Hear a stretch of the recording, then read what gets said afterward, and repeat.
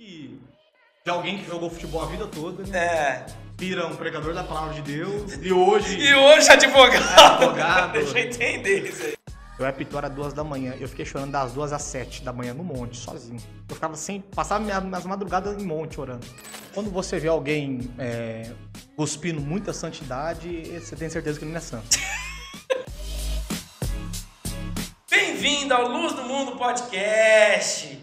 Galera, segundo ato, vamos chamar de segundo ato? Esse tempo, assim, mais de um ano que a gente está sem fazer e graças a Deus, Deus abriu essa porta e agora nós estamos Luz do Mundo do nosso jeito, assim, aquele bem descompromissado, e você já clicou e você já sabe quem é o meu convidado, eu não vou fazer segredo, você já viu quem é o meu convidado, pastor evangelista, o que eu chamo? Evangelista Rodrigo Garcia, que isso, irmão, prazer estar te recebendo aqui, é uma das pessoas que eu ansiei tá aqui nesse tempo de mesa com você. Obrigado, viu, irmão? Obrigado pelo seu tempo. Obrigado por você falar assim, por esse... a gente se conhece há um tempo, mas a gente veio se estreitar os laços agora. Muito obrigado por você estar aqui. Muito prazer. É um prazer mesmo estar te recebendo aqui. Eu que agradeço estar fazendo parte desse projeto aqui. O Luz do Mundo, né? Já tive a oportunidade de estar ministrando o Luz do Mundo. E estar aqui conversando com vocês, eu tenho certeza que será bem proveitoso. Glória a Deus. E o Luz do Mundo tem alguns patrocínios. Então vamos lá. Patrocínio Luz do Mundo. Primeiro, Buckingham. Buckingham está sempre com a gente. Assim, não nos abandona. Você que quer cosméticos, perfume, creme, Buckingham. Ok? O Luz do Mundo também agora tem novos patrocínios. Pinturas Carvalho. Cara, Pastor Osiel, Rodrigo, se você precisar de pintor, você tá ligado que os caras é meio enrolado, mas esse aqui eu confirmo. Pastor Osiel, chama lá, Pintura Carvalho, vai estar aparecendo o telefone aí, Pastor Osiel. Chama ele, pintura de alta performance, ok? Evangelista Rodrigo Garcia. Irmão, bom, eu te conheci, eu transitava muito ali no Valentina, aí eu te conheci ali, tal, mas, mano, você era pequeno, jogando bola ali, mano, tipo, isso deve ter o quê? 20 mais, aí, então, só que eu tô com a Flávia tem 17, não, isso aí deve ter uns 22 anos atrás. E você, irmão da Paula, ali, com a galera ali, a Carol, né, também. Sim, minha irmã, Carol. Então, mas você era, a diferença, não, a Carol é a mais nova, né? É isso, a caçula, Carol. Carol, então a Paula é a mais velha? Isso, eu sou o caçula dos homens. Tem o seu outro irmão, eu lembro dele mesmo. E você nasceu ali, mano? Você cresceu ali? Nasci ali, cresci ali, Valentina Figueiredo. Zona Norte, Ribeirão Preto. E o sonho de criança, né, de ser jogador de futebol, e viajei muito cedo, viajei aos meus 11 anos de idade. Você foi pro lado do futebol? Fui pra Argentina, fiquei um tempo na Argentina, cidade de Córdoba, aí eu voltei pro Brasil, viajei para vários estados, acho que 6 estados aqui do Brasil, sempre aí no sonho de ser um jogador profissional, categoria de base até os juniores praticamente a minha vida toda. Me profissionalizei em Minas Gerais, joguei um pouco Campeonato Mineiro em Minas, até que tive algumas lesões, uma lesão muito séria, 2 lesões muito sérias, né? Uma no tornozelo e outra no joelho esquerdo, que forçou eu a fazer algumas cirurgias e infelizmente, ou felizmente, né, pro reino de Deus, não consegui voltar o retorno ao futebol, mas graças a Deus foi... Mesmo, cara, eu não sabia. Sim. Uma vez eu te vi na Academia da Lu, lá no Geraldo. Sim. Você malhava de tarde. Sim. Eu malhei um pouco naquela Academia da Lu, porque eu fazia mais ou menos quando nós pegávamos férias do clube de futebol... nessa época você estava jogando ainda. Eu estava jogando bola. Eu voltava e eu tinha que manter uma preparação, né? Sim. Então lá sempre eu corria muito. Corria bastante, ali uns 40, 50 minutos ali, fazia basicamente esteira, essas coisas. Sim. E para manter a forma mesmo de tudo aquilo que aconteceu e a recuperação, né? Mas ali eu já estava praticamente ali quase parando mesmo o futebol ali já.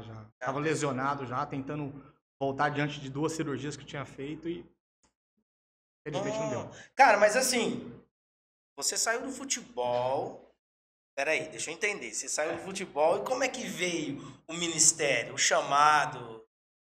Todo mundo pergunta, né? Como que de alguém que jogou futebol a vida toda, né? É. Vira um pregador da palavra de Deus e hoje E hoje advogado. advogado. Deixa eu entender isso aí. Vamos entender o que aconteceu. O que aconteceu foi tudo um sonho. Eu tive um sonho. Eu jogava no Curitiba, cidade de Curitiba, estado do Paraná. E eu tive um sonho muito doido, maluco. Eu tinha 16 anos na época. Me lembro que eu era da categoria juvenil na época, lá do 15 para 16 anos. Eu tive um sonho. E esse sonho viu um homem falar comigo. Eu acordava sempre às 3 horas da manhã com esse sonho, apavorado, suado. Ainda não conhecia Deus. Ninguém da conhecia, sua família era. Não, a voz do Senhor. E minha mãe tinha começado a frequentar a igreja, porque morava do lado de um pastor que foi morar perto da nossa casa. Minha mãe frequentava, mas ainda ninguém era evangélico, de fato mesmo. Na verdade, minha família toda de cristão evangélico, ninguém. A maioria era católico, minha avó sempre foi católica. Enfim, aí eu tive esse sonho maluco. Na época, eu lembro, tinha 14 para 15 anos, pra ser exato mesmo. Eu liguei para minha mãe e falei, mãe, eu tô tendo um sonho já faz 3 noites, né? E toda noite vem um homem falar comigo. Peco, um sonho maluco, doido. Vi um homem falar comigo, aparecia sempre no alto, dentro de uma nuvem. E eu nunca vi o rosto desse homem, ele tinha o nosso formato, mas nunca vi o rosto dele, sempre falava comigo. Eu não seria jogador de futebol. E tava chegando o tempo de ele mudar a minha vida, era isso que ele falava. E eu ficava maravilhado com aquilo, só que isso começou a me perturbar, porque às 3 horas da manhã, em ponto, eu levantava. Eu acordava. E eu fui ficando, confesso que nos primeiros dias eu gostava de ouvir a voz daquele homem, só que depois foi me incomodando. Já fazia 15 dias seguidos que eu sonhava a mesma coisa. E lá no clube de futebol sempre tem um psicólogo, um psiquiatra que acompanha os jogadores, Sim, enfim. sim. A gente tinha um departamento médico excelente. E das categorias de base, quem jogou futebol sabe. E por causa disso eu procurei a psicóloga tentou me ajudar, aconselhando, conversando, e me enviou o psiquiatra para... Na época eles... Tô tentando lembrar o nome do remédio. Eu fui medicado para sono, para dormir. Assim. Porque eu todas as 3 da manhã eu acordava. Aí que o psiquiatra me orientou, olha, pode ser o cansaço, o sol muitas vezes na cabeça, você tá jogando futebol, pode ser N fatores. Eu vou te dar um remédio para você dormir, você vai apagar a noite toda. Quem disse? Era às 3 da manhã, eu acordava, aquele sonho, o mesmo sonho, diante do Espírito Santo de Deus. Eu sonhei mais de um mês, a mesma coisa. Esse homem vinha, falava consecutivamente, falava comigo que eu não seria jogador de futebol, e isso me irritava. No começo, a voz me alegrava, mas depois me irritava porque ele contrariava o meu sonho. A vida toda eu joguei futebol, né? Eu tenho alguns vídeos no YouTube aí, maravilhoso. Você que tá assistindo aí, ó. Tem alguns. Rodrigo Garcia do Carmo. Jogar no YouTube, você vai ver alguns vídeos. Aí, ó, já faz um corte, ó. Dando entrevista, jogando bola, pra rádio, TV Globo, SBT. Tem um monte de entrevista no YouTube que eu guardo com tanto carinho até hoje. Cabelo moicano, totalmente diferente do que você vai ver hoje, magrinho. Aí, esse sonho, foi através desse sonho. Aí, eu me lembro que eu ficava revoltado e ainda falava com esse homem, né? Pra ele não me acordar, que eu tava tomando remédio que eu não ia acordar mais. No outro dia, 3 da manhã. Isso foi me incomodando, porque nós treinávamos muito cedo, o treinamento. Sim. Era às 7 horas da manhã, nós tínhamos que estar de pé no treinamento. Então me cansava muito. Sim. Eu ficava quebrado, porque eu levantava, não conseguia dormir depois. Isso, não entendia nada de Deus. Até que no último dia esse homem falou pra mim assim, olha, eu não vou mais falar com você. Eu me alegrei muito. Olha a loucura, Peco. A gente conta isso daí e as pessoas acham que o mundo sobrenatural não existe. Você vai ver a rua do CT, tinha um CT onde eu fazia o treinamento. Vai ter um ponto de ônibus do lado do CT. Quem já foi lá no CT da categoria de base do Curitiba sabe, do lado do CT tem um ponto de ônibus para vários ônibus ali. Vai ter um homem sentado por nome de José. Fala com esse homem. Falou pra você. Falou pra mim. E se você falar com ele, eu não apareço mais pra você. Foi essa voz, eu me alegrei muito. Então eu vou lá falar com ele, que hora que ele vai estar lá? Na parte da tarde. Diante de Deus. Deu 11 horas da manhã, eu esperando. Quando deu meio-dia, eu levantei. Ainda era horário de almoço nosso, todos os atletas foram comer, eu levantei e saí, dei a volta no quarteirão. Quando eu tô dando a volta no quarteirão, um homem sentado no ponto de ônibus. Um terno marrom bem grande, até assim, mais ou menos na mão. Um senhor de cabeça branca, sobrancelha branca, ele tava assim parado assim, olhando pra frente com a Bíblia marrom gigante, assim, bem grande, aquela vida que a gente vê em escritório mesmo, grande, na perna, parado, sozinho no ponto de ônibus. Eu fui chegando perto daquele homem, perto daquele homem, perto daquele homem. Quando eu cheguei como se fosse daqui no Rian, a distância, aquele homem falou, Rodrigo, né? Aquilo me desmontou. Eu gelei, minha espinha gelou. Sabe aquele arrepio que dá na sua espinha, que incomoda? Eu arrepiei inteirinho, minha espinha gelou. Aí ele sorriu. Senta aqui. Sabe quem tá falando com você? Vou mudar minha história. É o Espírito Santo de Deus. Fala que você não será jogador de futebol. Aí eu comecei a chorar muito. Aí eu comecei a pensar que aquele homem praticamente me adotou na fé. Saudoso José, já faleceu, ele tinha na época 70 anos de idade. Era um presbítero da Deus e Amor, da igreja Deus e Amor, olha aí. Igreja Deus e Amor. E começou a me falar um pouco quem era Deus, de fé, o que era chamado. No tempo que você ficou lá no Curitiba, ele foi te discipulando ali, né? Eu fiquei 2 anos e pouquinho, 2 anos e 2 meses, 2 anos e 2 meses e meio, mais ou menos. Eu fiquei no Paraná, em Curitiba, joguei em alguns times lá. E ele foi me discipulando. Eu ficava na casa desse homem e orava a noite toda com ele. Eu pedia licença pro clube e nós tínhamos um dia na semana depois do jogo de folga, que nós poderíamos sair para qualquer lugar. Não tinha horário para entrar, a não ser no treino, né, dentro do clube. Eu ficava lá, esse homem, vamos orar comigo. Eu entrava dentro do quarto com ele.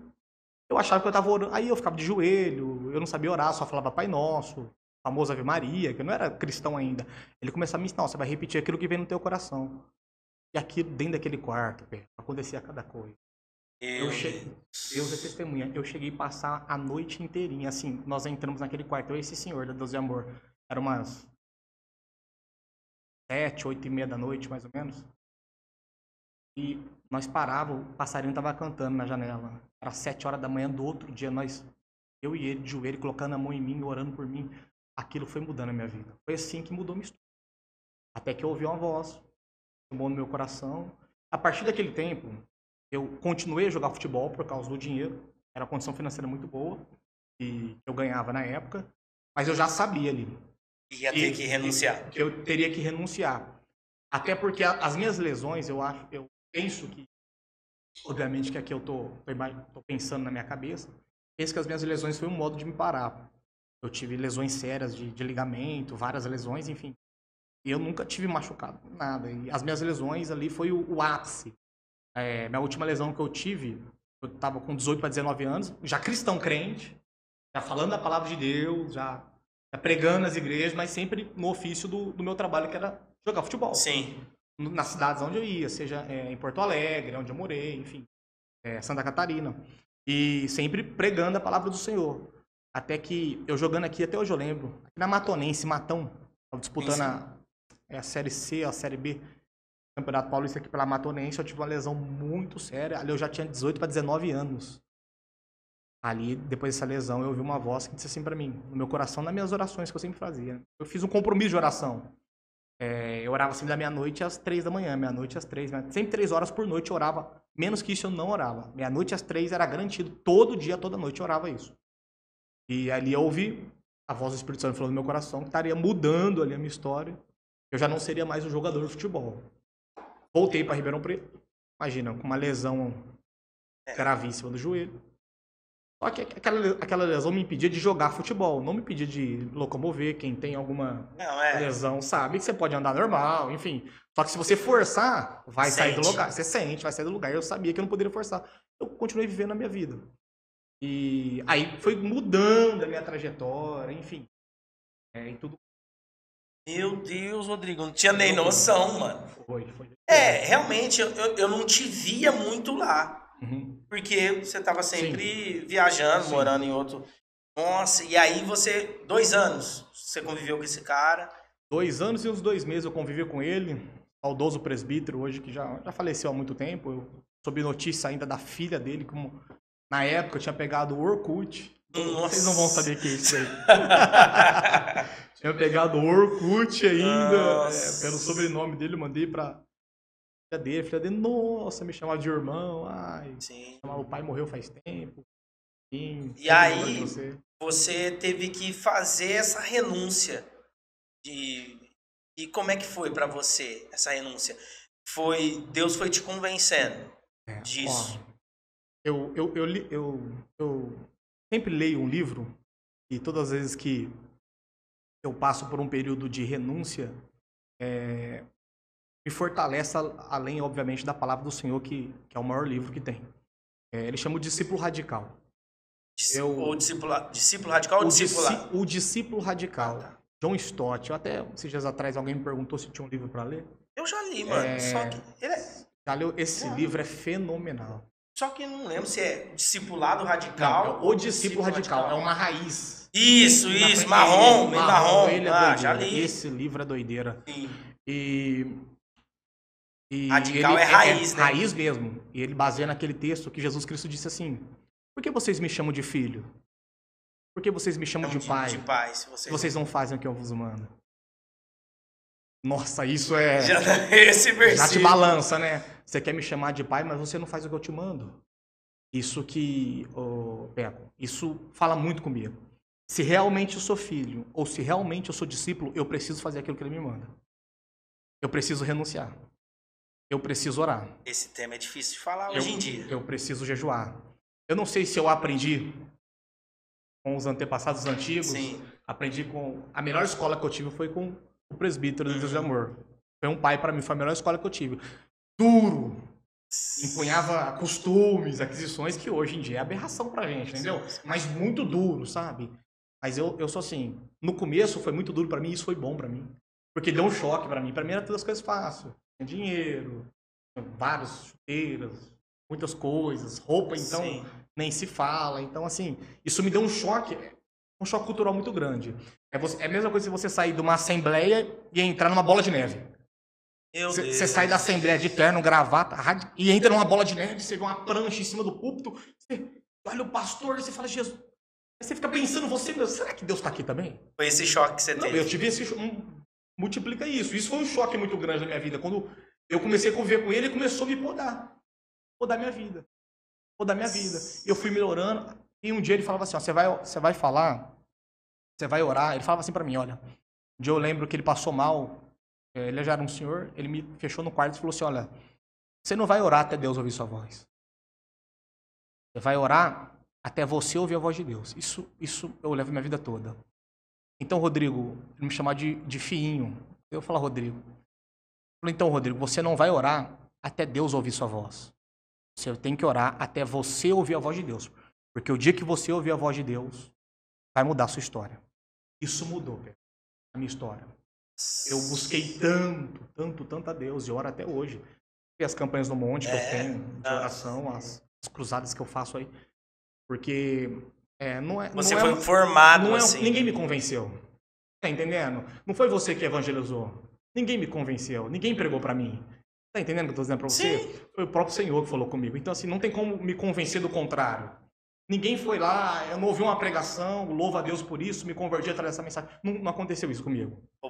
Foi o próprio Deus que falou no meu coração, que me apresentou alguém. Eu fui até esse ponto de ônibus. Esse homem parou sem olhar pro lado. Rodrigo, você tá aqui, né?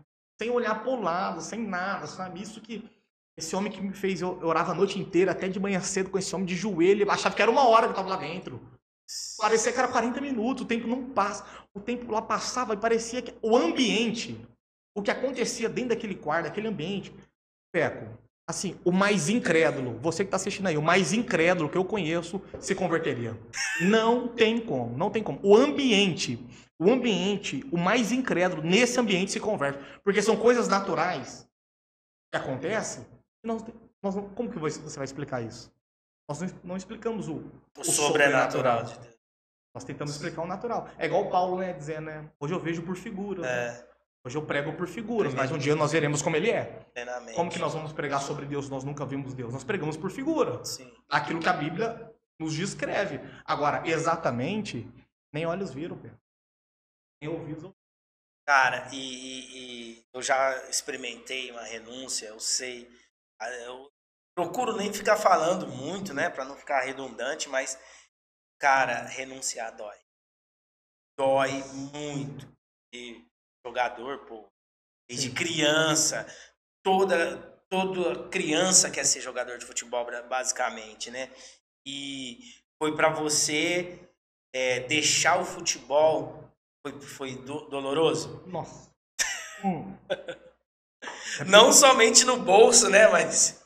Assim, eu dei um discipulado semana retrasada, eu disse para algumas pessoas, inclusive tinha alguns empresários, empreendedores ali, depois me questionaram desse discipulado. Eu disse assim, olha, o dinheiro é um Deus. Com certeza. O dinheiro é um Deus. Biblicamente, único... O dinheiro é um Deus, mas com D minúsculo, sabe? Aquele Deus que não é Deus. Por isso Jesus Cristo disse, não tem como você servir a dois senhores, né? Você vai amar um ou odiar o outro.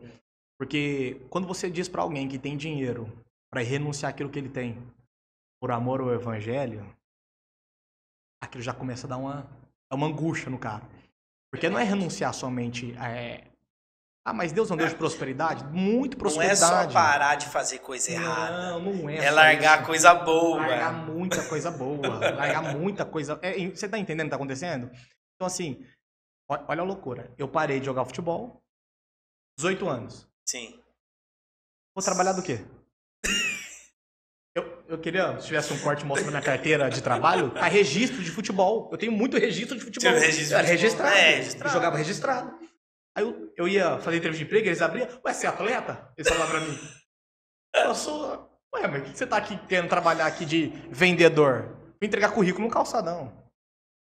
Pra trabalhar não sei se eu posso citar o nome de marca aqui, mas enfim, trabalhar numa determinada loja no calçadão.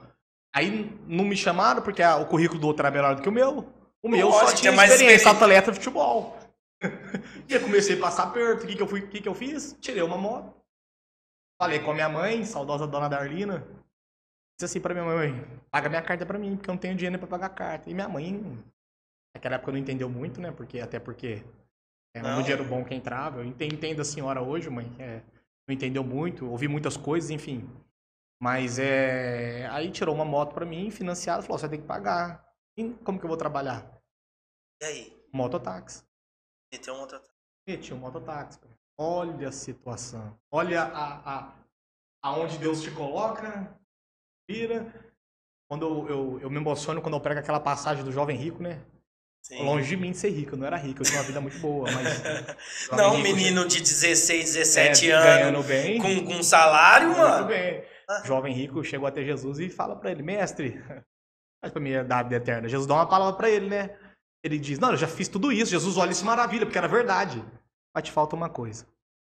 Aí que é o problema. Vende tudo que você tem, dá aos pobres e siga-me. Ele sai. Tinha problema com La Plata. Dinheiro falou alto. Do jogador para mototáxi. E eu no mototáxi, pagando financiamento de moto. Realmente tinha financiado a moto para mim. Na época, era R$400, 430 por mês. E assim, 430 por mês eu com 19 anos, é muito dinheiro. É muito pra quem... Eu tô falando no ano, o povo tá achando que ano que é 2019. 2009. 2009 isso daí, eu tô falando, 2008, 2009. Eu tinha 18 e 19 anos nessa época. Imagina R$400 em 2009. Era seus 600, 700 hoje. É muito dinheiro hoje na parcela. E correndo no mototáxi. E o povo olhava pra mim assim, eu via pessoas que me olhavam, abaixava a cabeça, dizendo, meu Deus do céu, o que ele tá falando? Eu começava a falar, Deus. Aí eu me lembro eu no monte, aí eu comecei a orar aqui no vale, que é um monte onde eu sempre oro. Eu ficava a noite inteira, eu gosto de orar sozinho, as pessoas me atrapalham na oração, né? As pessoas me incomodam, ora pro meu irmão, e me atrapalha, eu fico sempre sozinho. Eu gosto sempre de orar madrugada só. Sim. Sempre sozinho no meio do mato, sempre sozinho. Mas eu faço campanha com muitas pessoas, enfim. E orando a Deus. Eu falava, Deus, mas que situação. Nossa, eu lembro um dia que eu tinha colocado R$5 de gasolina ô Peco. Para ir até o monte que tava sem combustível, tinha parado no meio do caminho. Nossa, a moto, eu naquela peleja. E sempre fiel a Deus, aí renunciando a muitas coisas e coisas das carnes que aparecem. Não vamos chegar nessa parte. Enfim. E buscando ali, e eu ouvi a voz do Senhor. Falou comigo. Pra mim, eu não devo nada pra ninguém. Também não esqueça. Eu tenho uma mensagem que eu escrevi ela toda dizendo: Deus não deve nada pra ninguém. Ali eu chorei diante do Espírito Santo de Deus. Eram as 2 da manhã. Eu tinha um relógio Casio que sempre apitava de hora em hora. Pi, pi, pi. Tava sim, uma hora, sim. 2 horas e apitava. Aquele relógio Sim. chato, antigamente digital, que apitava. Eu apitou, era 2 da manhã. Eu fiquei chorando das 2 às 7 da manhã no monte, sozinho. Eu ficava sem. Passava minhas madrugadas em monte orando. Deus falou, eu não devo nada pra ninguém. E aquilo foi acontecendo. Fiquei 2 anos e 6 meses trabalhando de mototáxi. 2 anos e 6 meses, juntando dinheiro, aquela peleja, aquela Tinha que pagar a coisa, moto, não tinha tinha que jeito. pagar moto. Eu falei, nossa, meu Deus, que situação que é essa? Porque assim, antigamente, é diferente o ministério de hoje em dia. Você que é pregador sabe que ministrar a palavra hoje em dia é lucrativo. Mas ministrar a palavra há 15 anos atrás, você não ganhava nada para isso. Era até pecado você ganhar alguma coisa. Sério? O que você não estava fazendo por amor?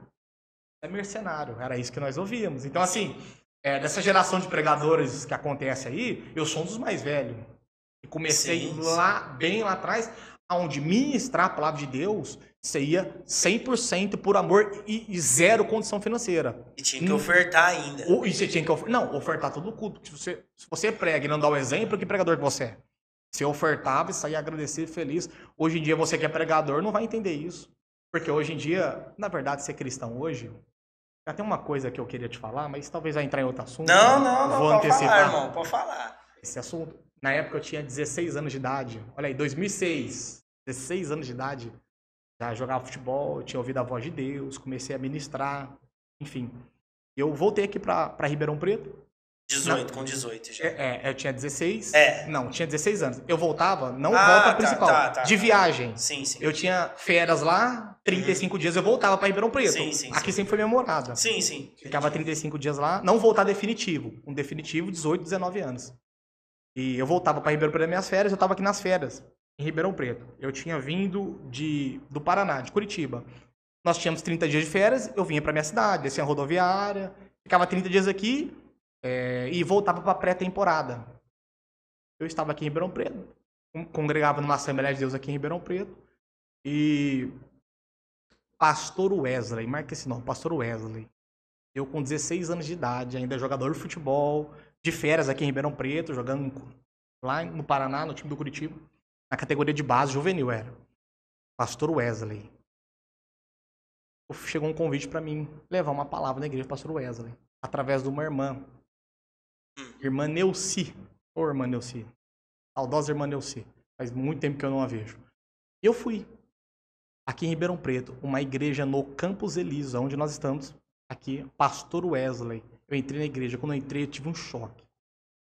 A igreja toda preta. Já 2006. 2006, eu com 16 anos na igreja, eu tive um choque. O altar, porque nós estávamos acostumados, aquele altar parece que era uma cerca em cima do altar, né? Cercava uma coisa de cima, aqueles altarzão.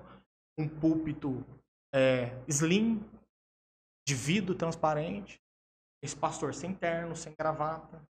Estava com uma camiseta social, só uma calça de sapato. A igreja dele tinha umas 9 pessoas. Eu estranhei, eu falei, eu estou no lugar errado. Olhei de novo o convite, porque naquela época eu recebia carta para convite, você que é antigo vai saber. Mas não tinha muito celular, recebia carta para convite para pregar. Carta. Chegava a carta da igreja, chegava. E eu cheguei. Quando ele fez assim para mim, falei, estou no lugar certo. Entrei, falei, paz do Senhor, paz do Senhor, olha. Ele viu que eu tive um choque, o terno, gravata. Um choque muito. Aqui. Ele falou assim para mim. Foi eu e o Fernando, saudoso Fernando. Foi eu e o obreiro Fernando, que era aqui da Assembleia. O Fernando nem quis nem entrar, ficou na porta, muito religioso também. E eu lá dentro, né? Tinha pouca pessoa na igreja. Ministrei a palavra de Deus, como sempre preguei. Terminou o culto, ele me chamou para conversar, o pastor Wesley. E o Fernando ainda não quis entrar na igreja, ficou lá fora. Vê como que a religiosidade às vezes atrapalha, né? O cristão. E eu dentro dessa igreja, ele falou assim pra mim, nossa, eu amo a cultura americana. O pastor falou pra mim, 2006. Olha, aí ele falou essas questões raciais, negro, enfim. Ele falava, gostava de ver os americanos cantando, já viu aquelas igrejas dele, que é maravilhosa, eles cantam, dançam. Brooklyn, você fica maravilhado com aquilo, né? A gente, às vezes nós religiosos aqui, né? Nossa, mano, adorar a Deus é isso. Sim. Não tem uma forma correta de adorar a Deus. Qual é a forma correta de orar? Nenhuma. Importante que você ora. Ora sentado, deitado, em pé, andando, cantando, tocando seu violão. Importante que você ora. Entendeu, Peco? Então, assim. Aí na hora que você chegou. Não, aí ele conversou comigo e falou: olha, eu amo. E eu tô tentando trazer isso aqui pra minha igreja, só que ali. Olha o que eu tô enfrentando. Meu pai e minha mãe já não vêm mais aqui na igreja. 9 pessoas, né? 9 pessoas na igreja, aquela luta terminou. Eu fiquei olhando aquilo e eu, diante de Deus, no meu coração, eu julguei. Aí eu falei, meu Deus, mas como que uma igreja dessa vai crescer aqui? Essa visão nada a ver. Pega 15 anos atrás, o Brasil era totalmente conservador. Sim. Entendeu? Não existia isso daqui. Eu falei, pastor, se Deus te deu essa visão, eu falei pra ele até na hora, né? Continua nessa visão. Mano, eu tô enfrentando muita coisa, enfim. Até queria saber se você faz uma campanha. Eu falei, não faço. Até fui proibido de voltar lá. Outra história. Faço uma campanha aqui. Quem sabe Deus não levanta aqui pessoas, enfim. E só que passou o tempo, essa igreja fechou. E eu saí, eu conversando com o Fernando na volta, o Fernando criticando muito a igreja. Eu falei, Fernando, você tá falando isso hoje, mas daqui a 15 anos, eu falei pra ele, e se essa for a igreja do futuro? Hoje eu lembrei a resposta dele. Ele falou, não, se for a igreja do futuro, eu tô desviado. Ele falou pra mim. Eu falei, olha, você não sabe o dia de amanhã. Isso 2006. Profeta, não é profético. A igreja do futuro. Não sei, talvez se o pastor Wesley ver esse podcast lembra de mim, me procura, pastor Wesley. Saber como o senhor tá, pra gente conversar. E... Ele já tava à frente do tempo, então, irmão. Eu vou dizer algo pra você. O movimento church, que é a igreja, sim. Brasil, é o futuro. Eu vou falar uma coisa aqui.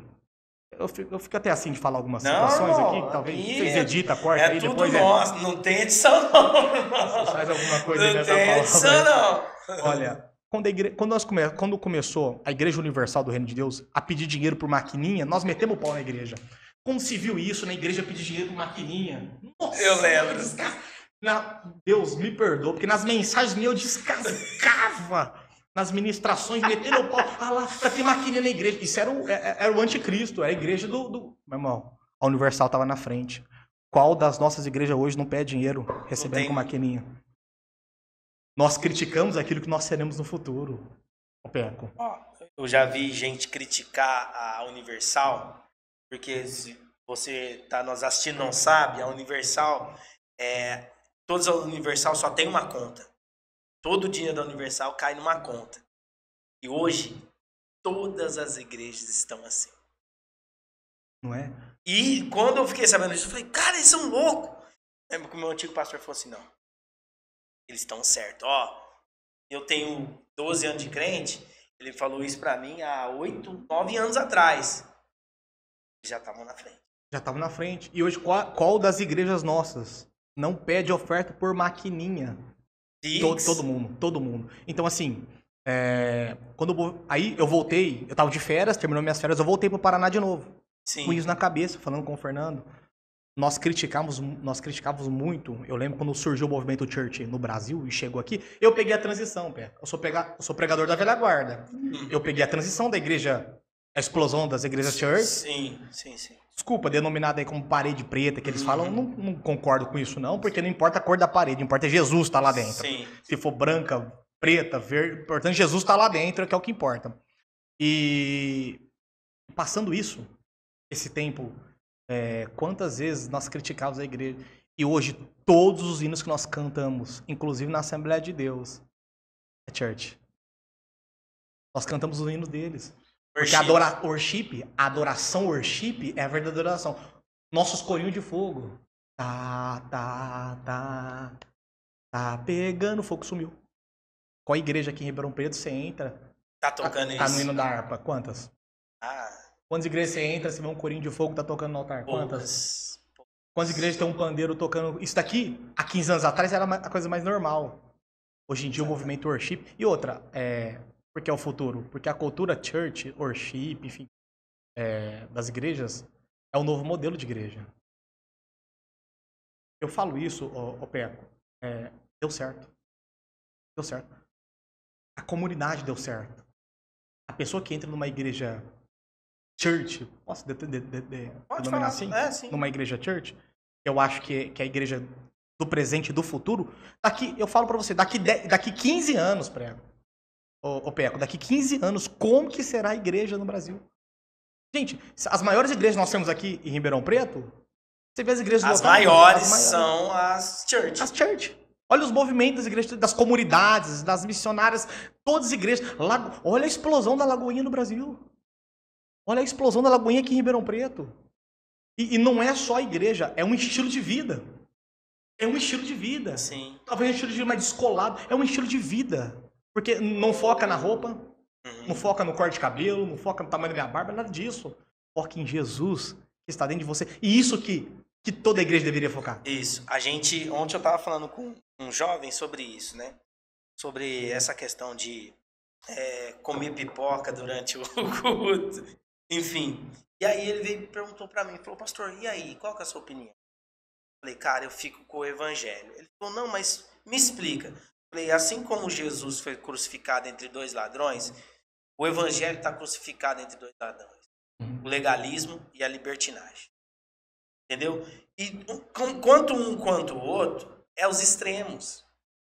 E Jesus não é os extremos. Nós recebemos um espírito de moderação. Então, aí eu expliquei para ele, cara, antigamente, bom, eu não peguei a transição, mas eu já fui em culto que quando o pastor estava falando, não podia entrar ninguém. Hora da palavra. Não podia entrar. Aí eu falei assim, e se a irmã tá trazendo o marido e o marido é barrado na porta? E aí o marido fala, tchau, tô indo embora. Deixaram entrar. Sim.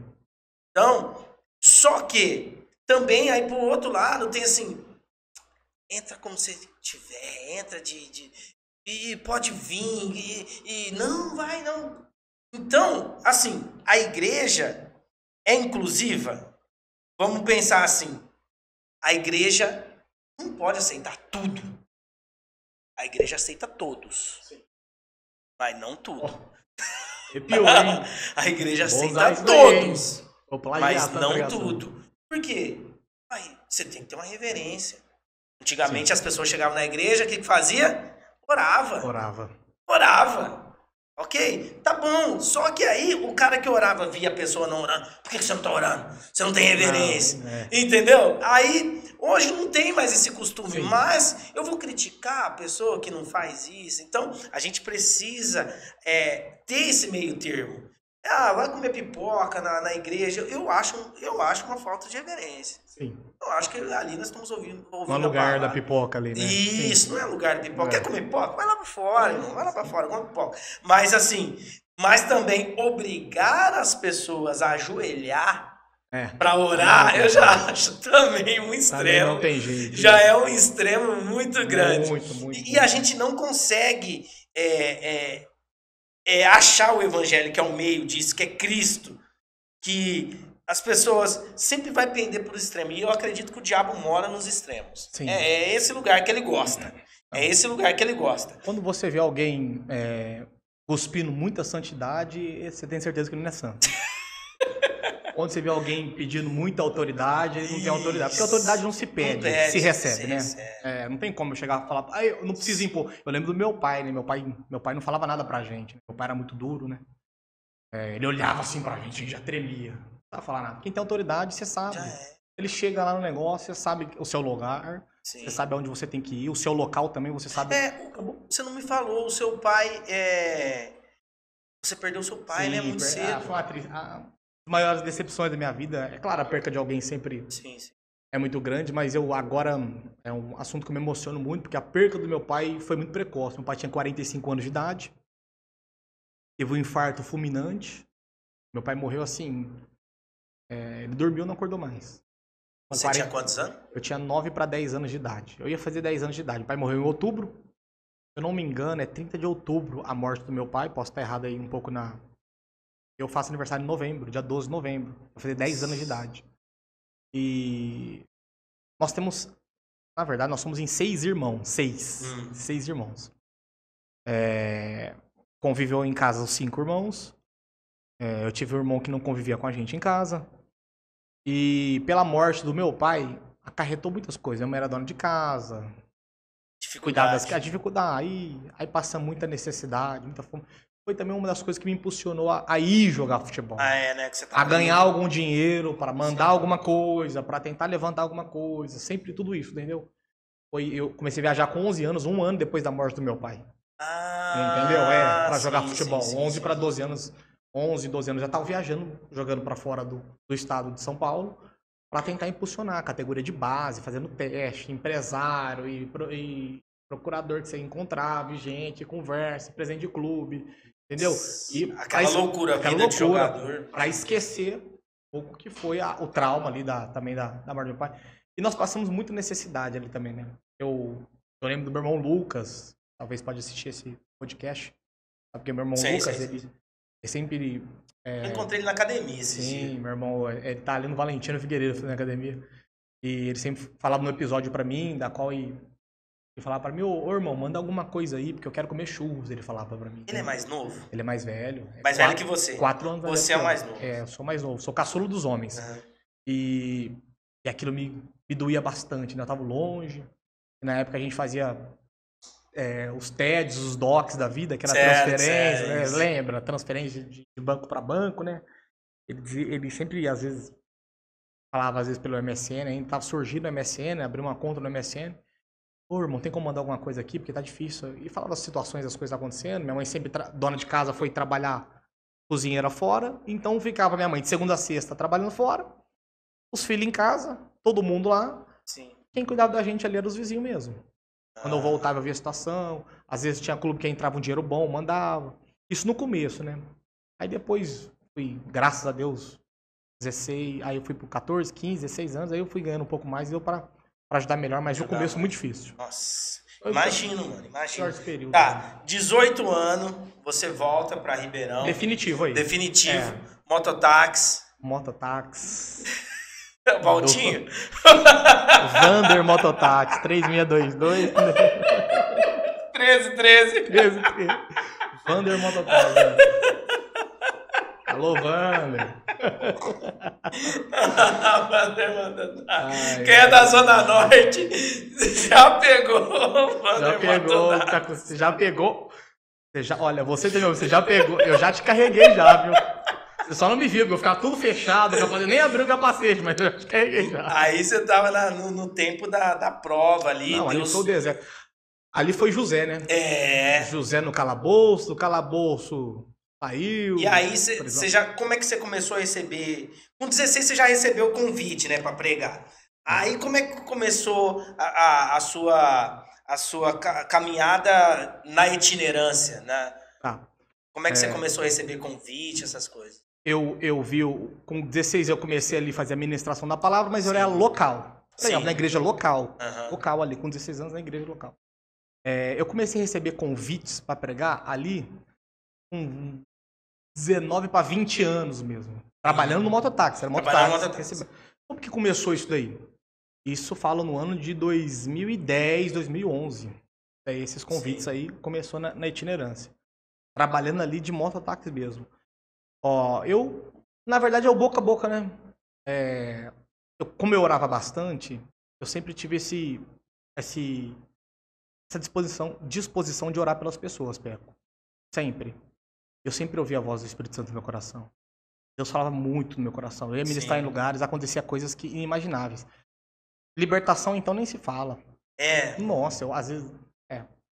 Pela graça aí, pela misericórdia...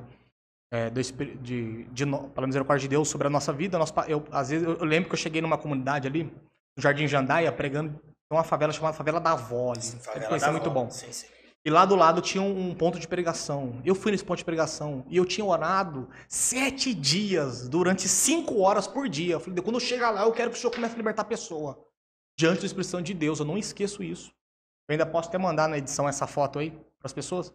Eu cheguei, tem uma foto que eu chegando, parada assim, as pessoas... Eu cheguei na igreja, quando eu entrei na igreja, tava cantando os corinhos, porque antigamente era muito corinho, aquela coisa toda, eu cheguei, as pessoas começaram a manifestar. Dentro da igreja. A igreja se confundia com a comunidade, que era a comunidade, a igreja do lado da comunidade, então o povo começou a gritar, as pessoas caíram endemoniadas. E eu comecei a colocar a mão em nome de Jesus, expulsar no nome de Cristo, em nome de Jesus, em nome de Jesus, expulsar as pessoas. E aquilo foi uma explosão. Mas você estava pregando? Deixa eu entender, você estava pregando ou você chegou e começou Eu isso? só cheguei. Qual é a minha oração durante esse dia? Eu orava 5 horas por dia e dizia assim, Deus, quando eu chegar no culto, eu quero que aconteça libertação. Por isso que eu tô orando agora. Eu nem tinha chegado a pregar ainda. Eu cheguei. Você me recebeu aqui. Quando deu Pai Senhor, eu entrei no culto, as pessoas começaram a manifestar. Na igreja. No corinho, a irmã tocando corinho, dando saudação, corinho da harpa. Eu tava cantando o corinho da harpa lá. Aí as pessoas começaram a manifestar. E caiu. Começou a cair. Aí eu vi que foi a resposta de Deus, que Deus realmente estava ouvindo a minha petição nessa campanha que eu fiz de 5 horas de oração por dia. Então aí eu vi que eu falei assim, olha, eu descobri o segredo. A oração. É oração. Muita oração, muito poder. Pouca oração, pouco poder. Nenhuma oração, nenhum poder. Eu descobri o segredo. Aí eu comecei a dobrar a oração. Eu lembro de contar uma coisa que aconteceu. Fala. Que nós tá... Talvez vocês cortes aí também. Não, Mas não. enfim, não tem problema não. Olha, eu fui pegar uma cliente ainda no mototáxi, eu lembro até hoje. Era 7h35 da manhã. Eu fui pegar uma cliente Quero dar detalhes certinho. Talvez essa cliente, se você ouvir isso daqui, você vai saber que fui eu e procura. Quem sabe Jesus não mudou sua vida, mudou sua história, enfim. Foi no bairro Simeone. Eu esqueci o nome da rua no bairro Simeone. Eu fui pegar uma cliente no Simeone. Eu cheguei lá, cheguei para ir na porta da casa dela, buzinei, ninguém saía. E demorou uns 5 minutos, eu ouvi um grito lá de dentro, da mulher falando assim pra mim, espera aí! Falou pra mim. Eu falei, tá tudo bem, tô aqui fora. Aí é normal você parar na casa da porta do cliente, porque a gente tá se arrumando. Enfim, eu ia levar ela pro trabalho. Eu tinha orado tanto naquela noite.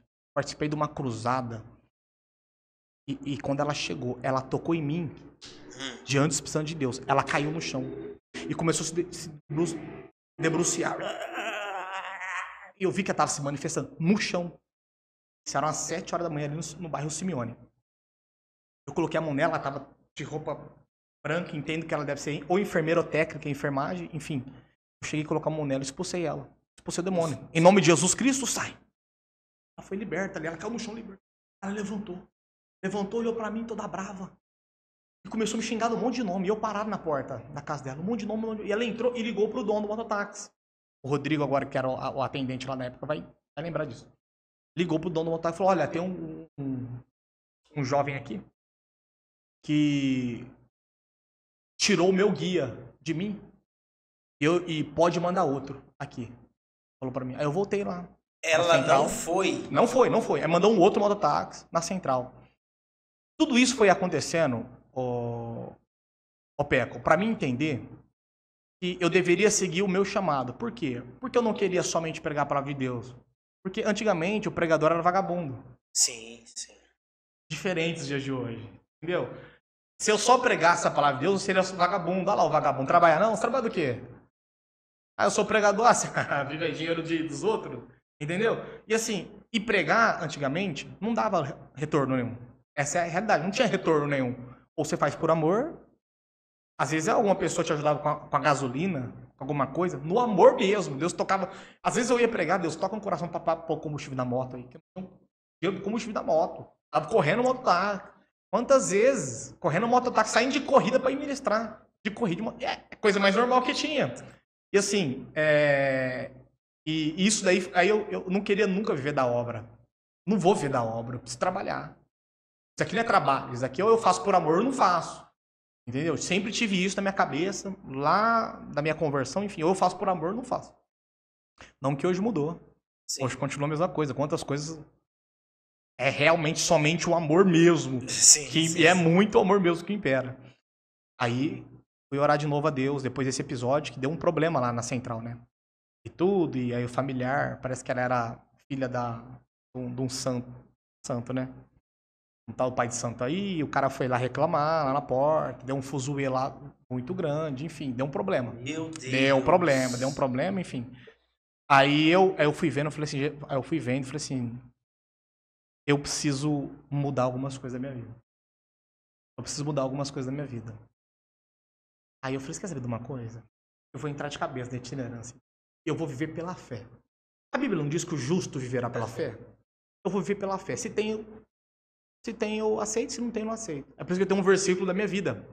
Todo mundo lê Filipenses capítulo 4, verso 13. Porque o 13 diz, eu posso todas as coisas naquele que me fortalece. Só que o 13 é sucessor derivado do 12.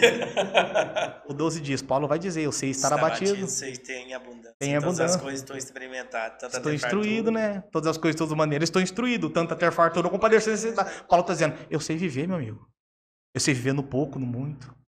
Sei viver com dinheiro, sei viver sem dinheiro. Depois que o Senhor falou comigo, você sabe viver? Eu orando, na madrugada. Eu fiz uma campanha até o sol raiar, chama a campanha. Eu faço até hoje. É da meia-noite às 7 da manhã. Enquanto o sol não raia, eu não saio do monte de oração. É até o sol raiar, a oração. Cara, qualquer dia eu quero ir nessas campanhas. Eu tenho que ir. Nossa, acontece cada coisa sobrenatural que se eu contar aqui, o povo vai falar, é mentira. Não, você vai contar. Pelo menos umas 3 aqui. Eu vou dizer pra você. Você já contou uma da moça, agora você vai contar mais uma. Acontece cada coisa sobrenatural. Sabe por quê? Porque quem é natural não entende as coisas do Espírito. Eu vou falar algo aqui pro senhor, pastor Peco.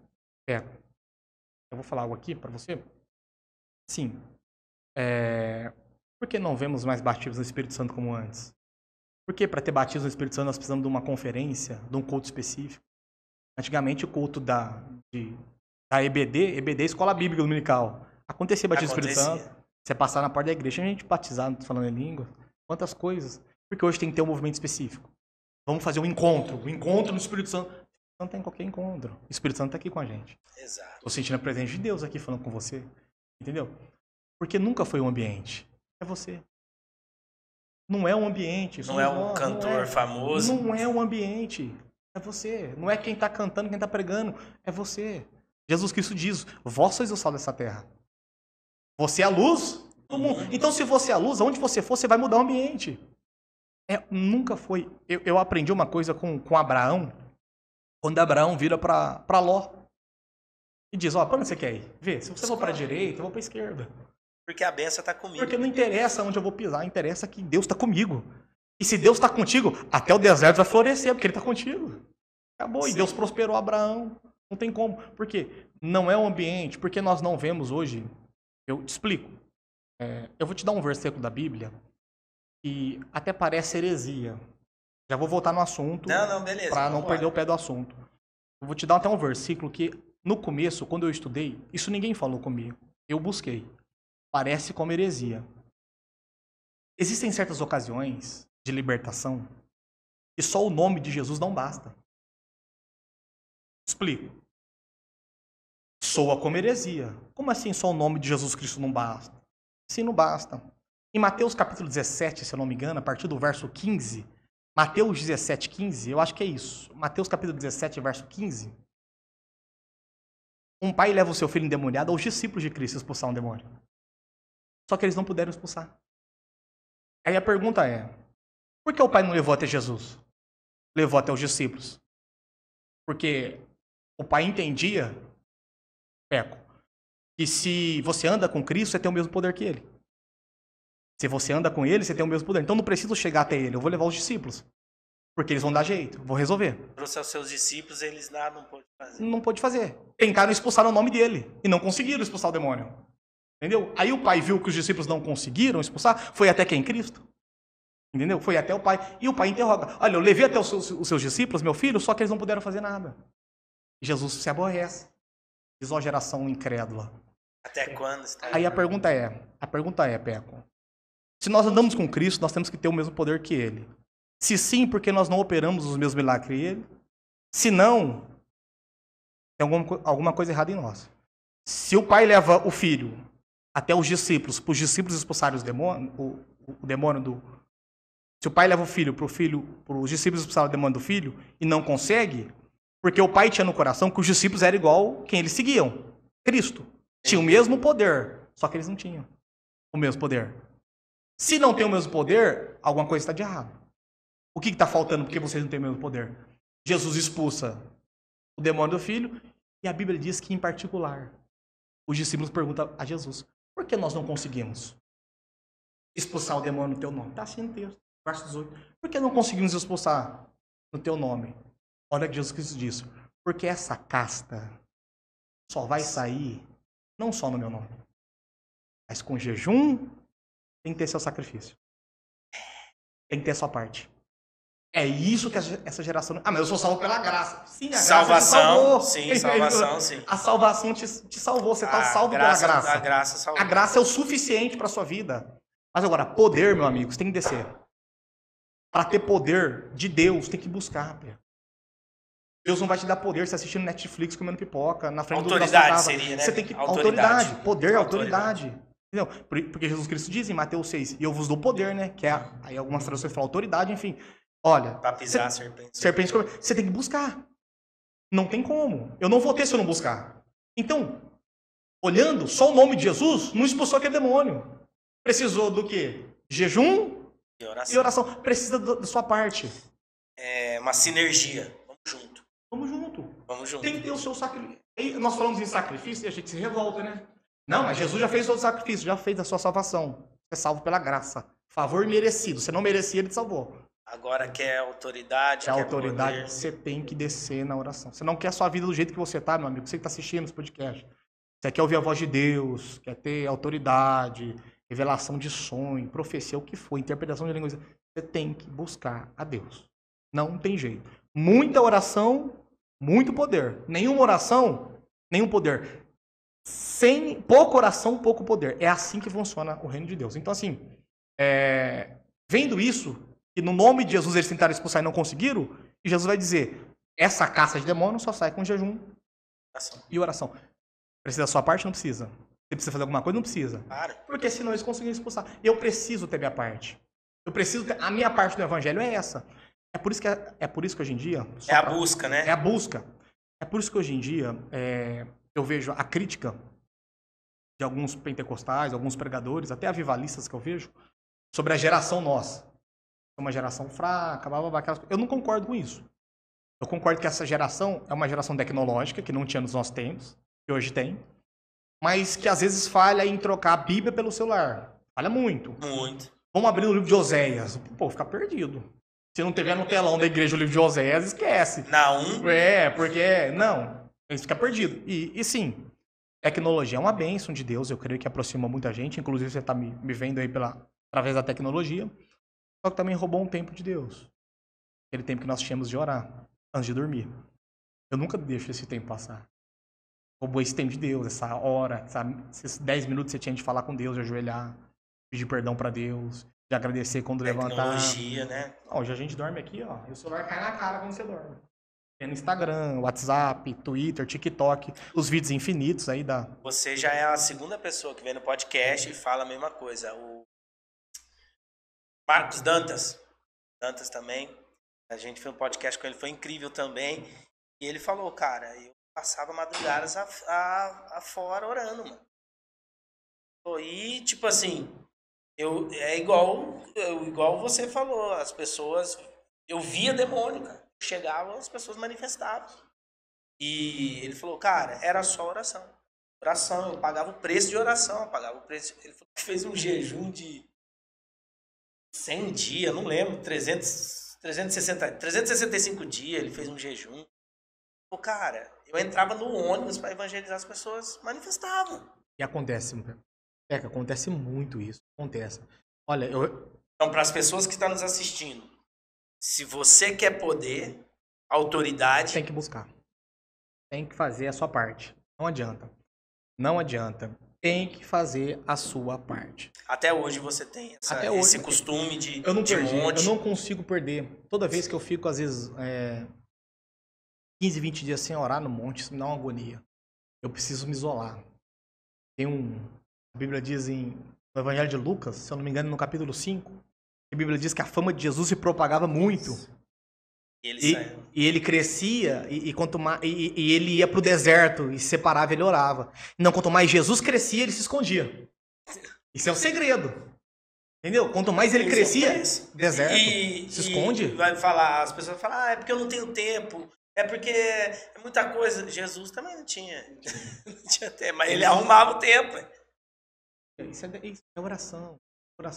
Não estou dizendo que você deva ir no monte, não é isso. Estou dizendo que você tem que buscar Deus na tua casa, no teu trabalho, na tua igreja. Faz um momento de oração com Deus. Não, mas eu vou falar que o monte, tem gente que já foi muito deturpado, né? Esse lance do monte, né? Porque uma galera vai, eu quero ver a grama pegar fogo, Sim. eu quero ver os galinhos lá. E aí a galera vai pra ver esses negócios. Não vai pra buscar poder, não Isso. vai pra buscar intimidade. E uma época eu pegava uns jovens, eu levava os caras, peraí, cara, não, peraí, eu não tô pronto pra subir no monte. Eu falei, você não tá pronto pra tirar 2 horas pra falar com seu pai? Deixa eu entender isso aqui, cara. Eu falava, não, cara. E aí tinha algumas pessoas que botavam medo.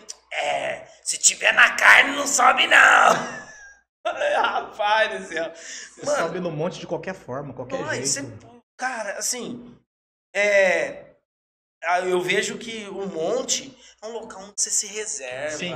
Aonde, Sim. tipo assim, cara, é você e Deus ali, cara. Eu já vi pessoas ir no monte de qualquer forma, qualquer jeito, mas assim, foram buscar aquilo que é material, ouvir alguém falar com ele, os reveladores aí da vida, que eu acho isso uma perca de tempo, porque para nós, sendo sincero, já conhecemos o Cristo, basta a palavra de Deus. Basta. Entendeu? Para mim é a palavra. Sola Mas as se Deus quiser escrituras. usar alguém, glória a Deus, eu tô Glória aqui, a esse Deus. daqui. Mas para mim, você pregando a palavra é o que importa. Sola as Olha, escrituras. e eu que sou do movimento, oro por muitas coisas, por liberação, milagre, enfim. Eu falo, gente, para nós não precisa. É por isso que todas vezes é interessante, parece que quando você é crente há muito tempo, parece que Deus não usa ninguém para falar com você, né? Fala, Jesus, você levou o cara a primeira vez, já pegou o cara, foi eu. Verdade. Mas o cara foi o primeiro dia na igreja, já tá falando, eu tô esperando a vitória, faz algum dia. É porque para nós não precisa. Nós não precisamos que ninguém fale nada, só basta a palavra de Deus para nós, entendeu? É isso que nós não entendemos. É igual o filho pródigo, quando o outro se revolta, né? Quando o pai faz uma festa, né? Não, filho, tudo aquilo que eu tenho é seu. Eu tô me alegrando para aquele que se perdeu. Então a gente, nós temos na cabeça assim, que Deus ele tem que falar conosco todo culto, todo dia. Não é, gente. A palavra de Deus já fala conosco. E se nós cremos que o homem de Deus que está pregando... Eu vi uma ministração sua, através da rede social, você estava ministrando aqui na Lagoinha, e você falou algumas coisas que me interessou muito. Porque se nós nos posicionarmos de acordo com aquilo que Cristo realmente quer para a nossa vida, nós seremos vitoriosos. É posicionamento. E eu penso assim, hoje nós não recebemos muita coisa por falta de posicionamento. É por isso que eu tinha um professor, né, já me formei, não é mais meu professor, ele dizia assim pra mim, olha, professor de teologia aqui, ele falava assim pra mim, o tempo vai passar e nós veremos raramente o batismo com o Espírito Santo no meio da igreja. Para os batismos acontecerem, ele falou comigo, Já não se vê mais. Serão cultos que nós vamos ter que fazer, vamos ter que importar pessoas de fora, ele falou pra nós. Que realmente carrega uma chama que nós não temos. E isso que eu faço na minha igreja, porque eu já sei que lá não tem essa chama. Ele falou chorando isso daí, eu tremia a carteira ali na universidade estudando, eu tremia isso, e eu pensei assim, falei, gente, por que eu fui buscar Deus? Eu tava orando e falava, Deus, por que tá acontecendo tudo isso? Deus não respondeu nada pra mim. Eu fui pegar minha Bíblia, diante do Espírito Santo de Deus. Quando eu abri minha Bíblia, por se multiplicar a iniquidade. O amor de muitos e serão tempos trabalhosos. Porque nós não vemos mais. Por se multiplicar a iniquidade. Multiplicou a iniquidade. Mas, e aí as pessoas vão falar, iniquidade no mundo. Não. O mundo? Vai. Iniquidade dentro da igreja. Antes, eu tinha medo de pecar. Nós tínhamos medo de pecar antes. Quando a gente pecava, a gente ficava triste com nós mesmos.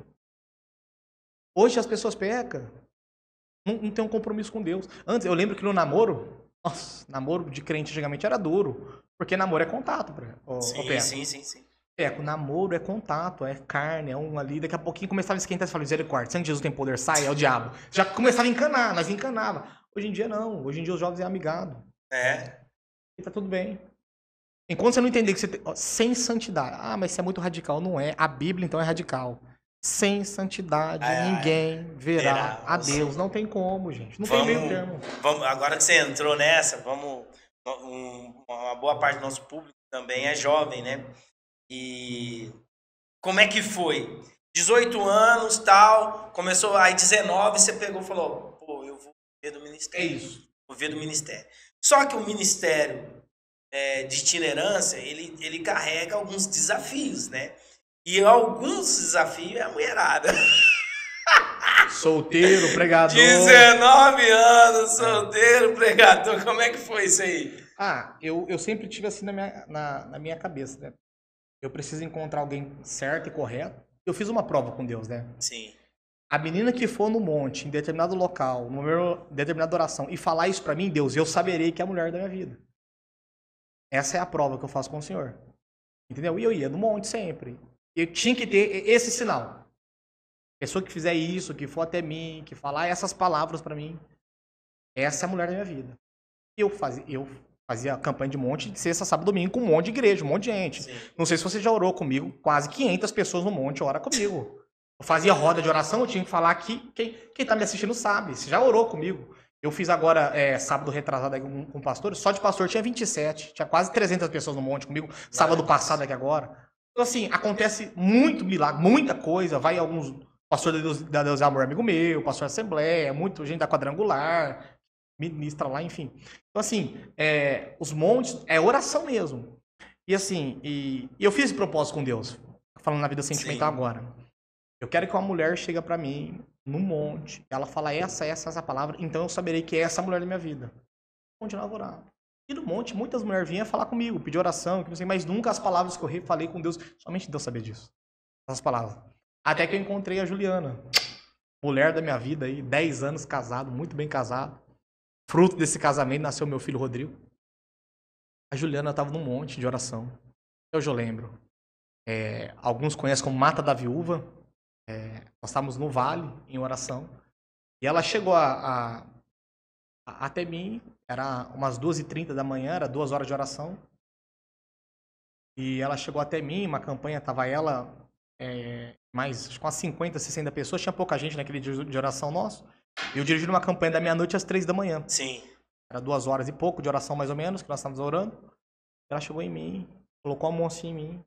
Eu levantei e ela repetiu as mesmas palavras que eu tinha falado com Deus há 2 anos e meio atrás. As mesmas palavras. Ela falou a mesma coisa pra mim. Aquilo que eu falei pra Deus. Aí eu segurei na mão dela e falei assim pra ela, olha, Deus tem uma vitória muito especial pela sua vida. Ela conta, tem que trazer ela. Tem que trazer ela. Quem é a vitória? Eu? Ela conta isso chorando. Ela disse que assim, tinha a mão dela queimando, colocou no meu coração, porque o monte é tudo escuro. Madrugada, você não vê ninguém, não vi rosto, não vi nada, muito frio. Só vi o olho da pessoa, capuzado, ouvi a voz. Nada. Não tinha visto o rosto dela. Ela não me conhecia também. Aí saiu daquele culto, daquele monte, fomos todo mundo embora, cada um pro seu carro foi embora. Depois de um mês, uma obreira chegou em mim e falou assim, olha, tem uma irmã que vem aqui te procurar. Falou assim que orou com você no monte e teve um sonho com você e queria falar esse sonho da parte de Deus pra você. Eu falei, como que essa irmã chama? Juliana. Eu falei, será que é a menina do monte? Que eu já tava cadê a menina? Faz um mês que eu vejo ela. Porque ela falou as mesmas palavras, aí eu fiquei pensando, será que eu tinha que chamar ela pra não... Será que eu tinha que parar? Porque você não pega contato, nada disso. Não tinha contato, telefone, nada disso. Sumiu. 1 mês, nada. 2 meses, nada. Ela foi na igreja lá e depois só isso. Eu fui no monte de novo, eu encontrei ela no monte de novo. Aí eu falei, não posso deixar passar essa oportunidade. Aí, na subida do monte, todo mundo terminando de orar na subida do monte, ela falou, nossa, eu tive um sonho com você. Ela falou, você é a menina? Então, sou eu a menina lá, lembra? Meu nome é Juliana, eu não sabia nem o nome dela. Só tinha falado que Deus tinha uma vitória muito grande. Só isso, não sabia nem o nome dela, só Juliana. Você falou que Deus tem uma vitória na minha vida. Eu te falei aquilo da parte de Deus, que não sei o que. Aí eu peguei o contato dela, comecei a conversar com ela. Falei, olha, você quer ir numa igreja ver eu ministrar? Antes você vai estar no Monte Alegre, foi pra ela. Qual igreja? Assembleia de Deus, Ministério, Missão de Perus. Assembleia de Deus, Ministério de Perus. Vai lá, aí ela foi. Aí foi a primeira vez que eu vi o rosto dela na luz. Eu tava no monte quando eu encontrei ela, a segunda vez. Escuro também não tem como você saber. Não deu pra avaliar. Não deu pra nada, você vai gostar ou não. A lâmpada tem que estar acesa, né? A lamparina, né? Tem que estar acesa, o noivo quer ver o produto. Queria saber se ela era de aparência ou não. Tudo isso. Eu não tinha visto ela. Aí ela foi no Monte Alegre. Aí chegou lá no Monte Alegre, eu vi ela, né? Ela tava toda magrinha, jejuando, né? Aquela coisa toda. E ela é uma amiga dela muito carnal, né? Ela conta isso daí. Ela contando é um barato. Deus testemunho já. Aí eu falei, olha, não vai embora não, quero falar com você depois do culto. Falei pra ela. E eu preguei, aquela coisa toda, terminou o culto. Aí ela é amiga dela esperando e eu lá fora. Aí eu fui lá conversar com ela. fala da igreja, né? Você tá bem? Você é evangélico? Sua família é evangélica? Não, sou eu que sou convertido. Eu tô convertida faz 2 anos, eu sou recém-convertida. Eu sou da comunidade do Bispo Márcio. Era convidada do Bispo Márcio. Por isso que você não sai de lá! Mas ela era não era exatamente do bispo ali, ela era ali um bairro ali, tinha essas congregações do bairro. Era a mesma igreja, mas tinha congregação. Tinha uma congregação. Tinha 4 congregações, Márcio. Ela é uma dessas congregações. Eu sou da igreja dele, mas eu sou da igreja ali do Paiva, Jardim Paiva, ela era da igreja.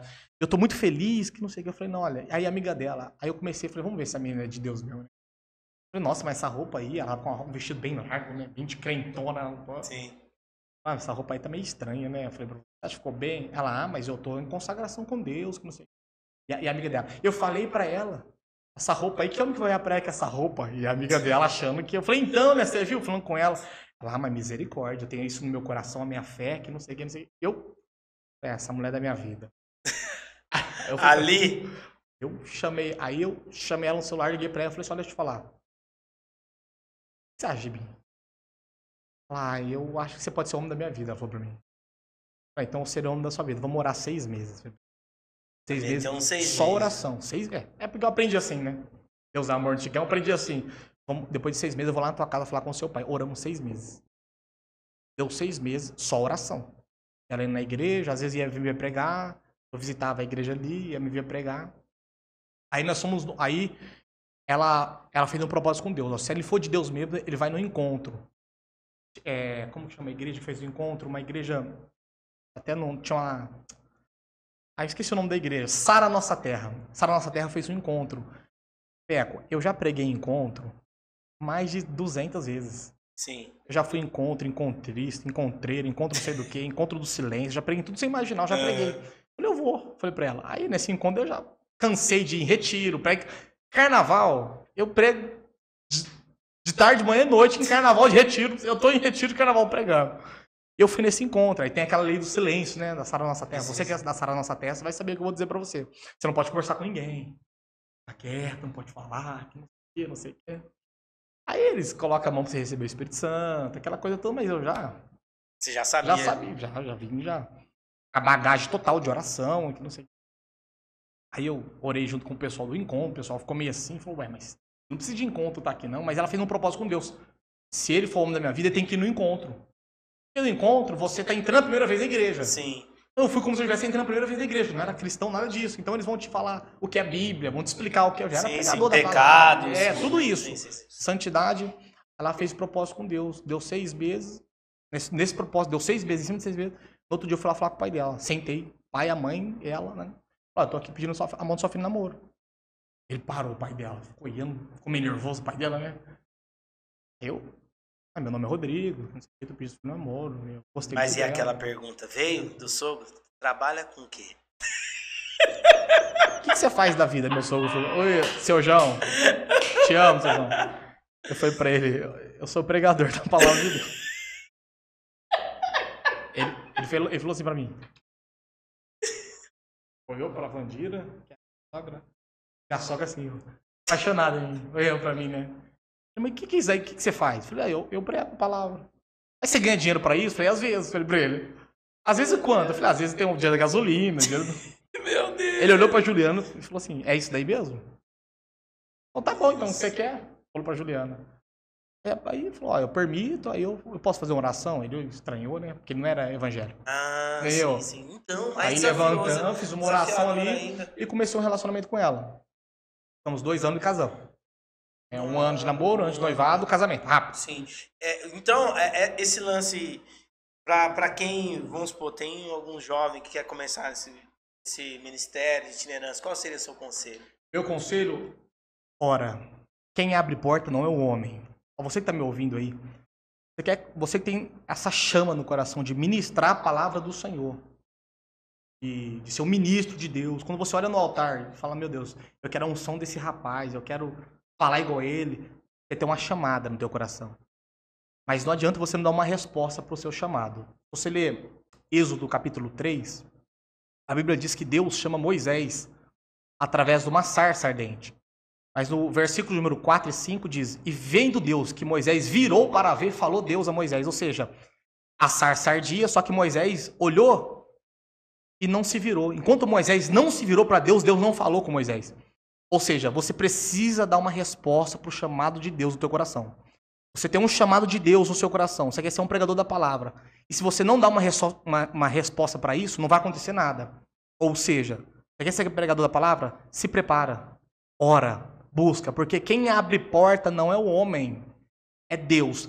Deus que vai soprar o teu nome. Eu tenho uma frase, só para terminar esse raciocínio, que diz assim: é melhor, jovem, você se preparar e a oportunidade de pregar não surgir do que a oportunidade de pregar surgir e você não estiver preparado. Se prepara. É porque hoje a galera acha que é postar lá, agendas abertas. Deixa eu falar uma coisa Patrocinar. Vou falar uma coisa pra você. Você nunca viu, nunca vai ver Você eu nunca vi. o meu nome, meu número de telefone e minha agenda aberta pra cá. Você nunca viu isso na vida. Eu nunca vi. Nunca viu. Pela graça de Deus. Graças de Deus. É Deus que abre. Eu não preciso fazer isso aí. Nada contra você que faz. Deus te abençoe muito. Que você continue aí exercendo seu ministério e expandindo. Mas eu não preciso, Pedro. O Rodrigo não tem nada contra, mas eu tenho. Presta atenção. O Rodrigo não tem, mas eu tenho. Presta atenção. Se Deus te chamou, aquele que aponta paga a conta. Se Ele te chamou, é Ele que vai abrir. A porta aberta é Ele, a fechada é Ele, e se tá fechada, é Ele que tá fechando. Porque se a porta que Ele abre, ninguém fecha, ok? Então, se não tá aberta, é um sinal. Ele não quer. Não quer. Ele não quer. Já é Deus falando com você. Talvez não é o momento. Nossa, não tem agenda pra mim. Aí, vou fazer uns vídeos aqui. Não, meu irmão, você não precisa disso. Você não precisa disso. Se é de Deus, vai bater, vai chegar até você. Deus sabe o seu endereço. Deus sabe o seu telefone. Você mora. Fique em paz, vai tocar seu telefone. Se não tocar, você está na preparação ainda. Sim. 40 anos no deserto, entendeu? Mais 40 anos cuidando de ovelha de sogro. Talvez você está nesse processo. Paulo escondido por Deus, depois que... 14 anos. Olha aí. Entendeu? Então, talvez você está nesses 14 anos, talvez você está nesses 40. Fica na sua, irmão. Fica na sua. 16 anos até a ascensão de José também. E aí? Fica na sua, irmão. Fica na sua. Fica na sua, porque... Uma hora a oportunidade aparece. A hora a oportunidade. Rodrigo, agora tem um gap, tem uma reviravolta, por quê?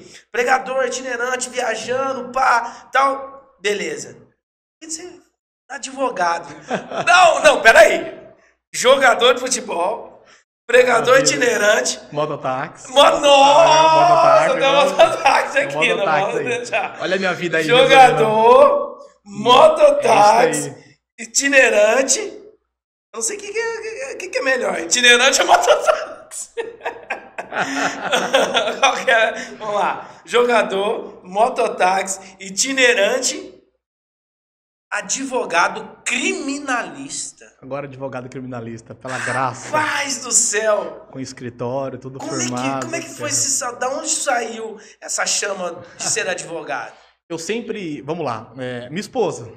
Amor, você é a grande responsável por isso, você sabe disso. Eu falo que minha esposa é 100% da minha vida.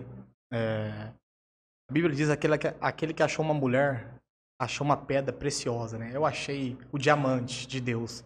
Não falo isso porque eu tô aqui não, falo isso aonde eu passo, porque a Juliana olhou e falou assim pra mim, amor, Deus não falou com você? Sempre tem o melhor pra sua vida? E quando eu pregava a palavra de Deus, eu nunca cobrei nada pra pregar. Eu não peço dinheiro nada.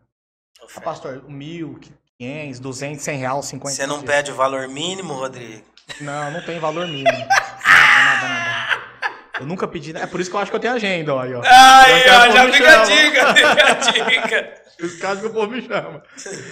Aí, eu, infelizmente, ou felizmente, quando eu ia pregar, existem lugares que você não tem nem oferta da gasolina. Isso eu tô falando lá de 2013, 2014, quando eu comecei realmente na itinerância a ministrar a palavra de Deus. 2014, mais ou menos ali. E você não tem nem oferta da gasolina ali. E eu não trabalhava. Eu falei que eu ia viver pela fé com Deus, até Deus falar comigo e Deus me abençoando, abrindo porta, enfim. Aí entrava uma coisa ou outra ali. Eu falo que minha esposa foi o meu corvo no deserto. Porque quando eu não tinha renda, ela trabalhava. Meu Deus. Juliana, você foi o meu corvo. Lembra de Elias? O corvo levava a carne pra ele. Você levou comida pra mim no momento do meu deserto. Quando eu não tinha um centavo, nada, nada, nada. Esperando o telefone tocar pra uma agenda. Agenda, alguma coisa. A Juliana foi o corvo no deserto. Porque quando ela ia lá, recebia o salário dela. Ela trabalhava numa empresa chamada Opic Telecom, aqui em Ribeirão Preto, de telecomunicação. Ela sempre foi vendedora, muito competente. E ela recebia o salário dela. Ia lá, falava, amor, você tá precisando? Eu precisando de muita coisa. Ela via, às vezes, que era o mesmo sapato, o mesmo terno pra onde eu ia, a mesma gravata, aquela coisa. Ela lá comprava uma coisa, pagava as contas da casa. Nunca reclamou porque eu não trabalhei. Nunca falou nada. Nunca falou pra mim, só preciso trabalhar. Sempre entendeu o chamar de Deus no meu coração. Sempre dizia, olha, se Deus falou com você, continue aí. Fica tranquilo, que eu trabalho pra pagar as contas de casa. Por isso a E, ó, importância de escolher uma boa parceira. escolher alguém certo. Sabe o que eu falei? Eu preciso estudar. Preciso estudar pra recompensar essa mulher. Eu preciso estudar pra mudar minha vida. Eco. Eu meti a cara nos estudos. Comecei a ver os vestibular. Só surgiu o Enem. Eu vou estudar pro seu Enem. Fiquei 1 ano estudando pro Enem. Ó, minha vida. Itinerante. Estudava pro Enem. Minha esposa que trabalhava trazia as coisas de comida. E estudando. Fiquei 1 ano estudando pro Enem. Preciso de uma bolsa. Preciso de uma bolsa. Não tem condições de pagar. Tirei uma notona em redação, 800 e tanto, que parece que é 1.000 a nota máxima, 894, quase 900 eu tirei de redação. Fiz uma prova excelente. Com essa nota, eu falei, eu preciso entrar numa universidade, uma faculdade agora. Aí, o que eu quero me matricular? Surgiu teologia, que pra mim é coisa na cabeça, né? O mais óbvio. Já o óbvio. Teologia, engenharia, direito... Educação física. Essas coisas, entendeu? Que eu já tava Você mais pensou no em meio. educação Eu física? pensei muito. Eu falei, educação... Sempre trabalhei com você, um personal, um educador, que não sei o quê. E o senhor falou assim pra mim, falou, amor, de tudo isso daí, amor, vai garantir uma renda boa pro nosso filho, seria você trabalhar de direito. Você fazer a faculdade de direito, falou pra mim. Eu falei, amor, mas... Eu nunca pensei em ser... Teologia é mais fácil, já sei, já tô no meio. Já tô uma base. Aí ela falou assim pra mim, amor, você quer viver do jeito que você vive, sem o povo te valorizar do jeito que você faz tudo pro povo, ninguém faz nada pra você? Ela falou pra mim. Aquilo deu um choque, eu fui falar com Deus. Eu falei, Deus, me dá um sinal. A primeira coisa que der certo é isso. Aí eu coloquei, com a nota do Enem que eu tinha, né? 4 universidades. 2 era federal, totalmente gratuita. Sim. Uma tinha uma bolsa de 70%. E a outra tinha uma bolsa de 90%. A nota minha do Enem. Você tá entendendo? Entendi. Eu falei, se eu for pra universidade... Aí, federal, Rio Grande do Sul, de engenharia civil, longe pra caramba. Eu já morei no Rio Grande do Sul, morei em Vacarias, frio demais. Morei 2 anos em Vacarias, quando joguei lá. Rio Grande do Sul, a outra em Santa Catarina, um lugar melhor, mas assim, federal também, engenharia química. Teologia era uma bolsa que era 90% que eu ganhei, e a outra direito. Eu só deveria pagar o restante da bolsa. Era até mais de 70%, era 74,5% da bolsa. E o restante? E o restante eu tinha que pagar. Da bolsa. Só me dava até 75% da bolsa. E pensei, outra em Ribeirão Preto. Universidade UNAERP, Ribeirão Preto, direito. A bolsa. Porque você joga no sistema lá, 74%. O SISU, faz uma seleção, entendeu? Isso. E joga e separa aonde tem as bolsas. 100%, federal, particular, disponível. É assim que funciona o sistema. Não sei se atualizou o SISU, enfim. Você que tá aí estudando pra isso, você vai saber melhor do que eu. E saiu aqui em Ribeirão. Eu falei, nossa, a melhor coisa aqui é em Ribeirão Preto. Porque eu estudo, e tô aqui dentro de casa. Prego e tô dentro de casa. Entrei lá. A faculdade era de direito, na época, é 2.300. O total, 2.200, foi até 2.300 o total. E foi 75%, 76, alguma coisa por cento desse total. E eu paguei o restante, que eu pagava por mês. A faculdade, R$310, R$315. Por causa da nota do Enem. Por causa da nota do Enem. E fiz direito aqui em Ribeirão Preto. Sim, na UNAERP. Na UNAERP. E comecei a me apaixonar pelo direito. Só que sempre, aí eu fiz, e eu sempre muito estudioso, as minhas notas sempre muito boas na universidade, na faculdade. Fiz isso, essa faculdade de direito, e pensando assim, será que é isso? Eu fiz um concurso na Defensoria Pública aqui de Ribeirão Preto, ó. Você que tem o seu filho na vara de execução criminal, no ano da pandemia, olha aí, 2020, 21, 22, 23, você passou por mim. Eu que direcionava os casos da execução penal. Olha ali, eu olha entrei em aí. Defensoria Pública. Surgiu 7 vagas aqui em Ribeirão Preto, Defensoria Pública. Mais de 7 mil inscritos. Eu passei em 6º. Prova da Defensoria Pública para entrar. Eu estudei igual um louco, engordei 10 quilos, olha aí. Não saía da frente do computador de livro só estudando pra ir na noite. Minha esposa trabalhando, enviando a carne no meu deserto. Era o corvo meu. Eu estudando. Esses 300 reais que você pagava, você pegava de oferta. De administrações de ofertas. Às vezes não entrava. Aí a Juliana pagava pra mim. Não entrava, 300 reais, não entrava. Não, peraí. Não tô te falando, no amor mesmo. Meu Deus, peraí. Diante do Santo de Deus, no amor. No você, amor. Rodrigo Garcia. 2013, 14. 2013, 14. Você não entrava... Não entrava. Gente, tinha mês que não entrava 400 reais. Eu vou falar pra você uma coisa, sendo sincero. Esse negócio de cobrar pra pregar é recente. É de 5 anos agora. 6 anos agora. Há 10 anos não existe isso, não. Se eu cobrasse pra pregar em qualquer igreja, eu tava com capeta, com o demônio no corpo. Rodrigo, você tá falando com um cara que já viu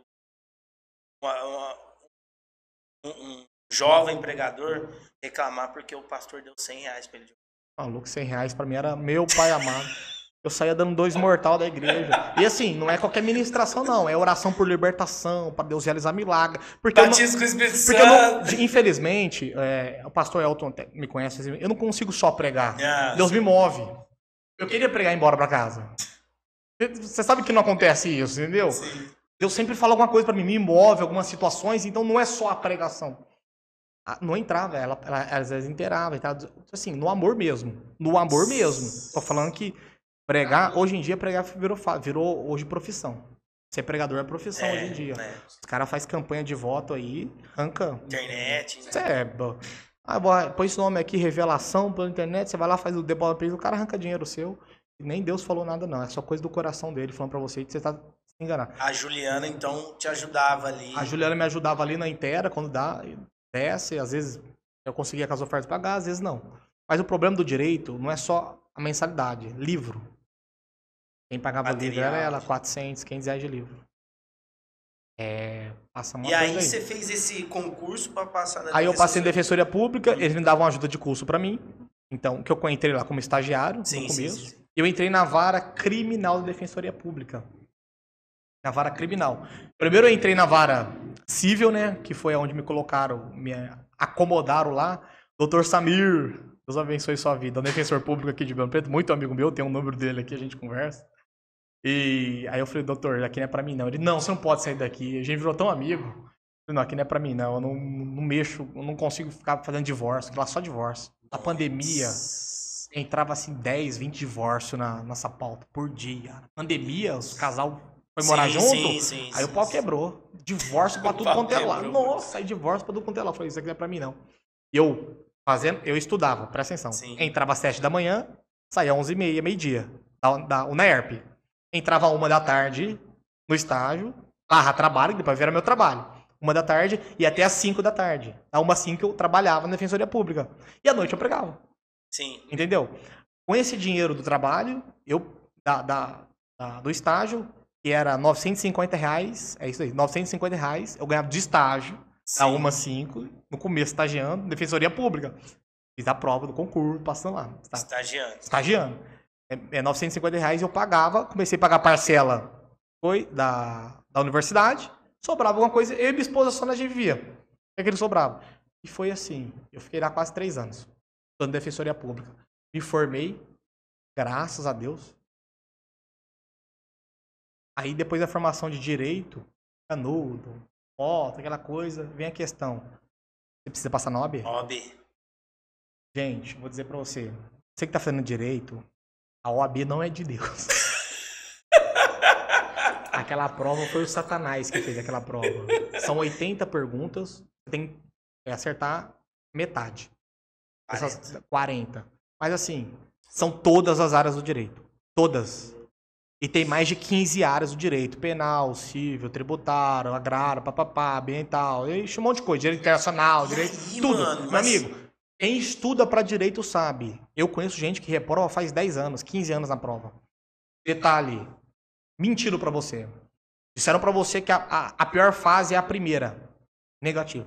A pior fase é a segunda fase de São direito. quantas fases? São 2 fases. Uma prova é fechada e a outra é aberta. Te dão uma peça, você tem 6 horas pra fazer. Você vai ficar 6 horas sentado.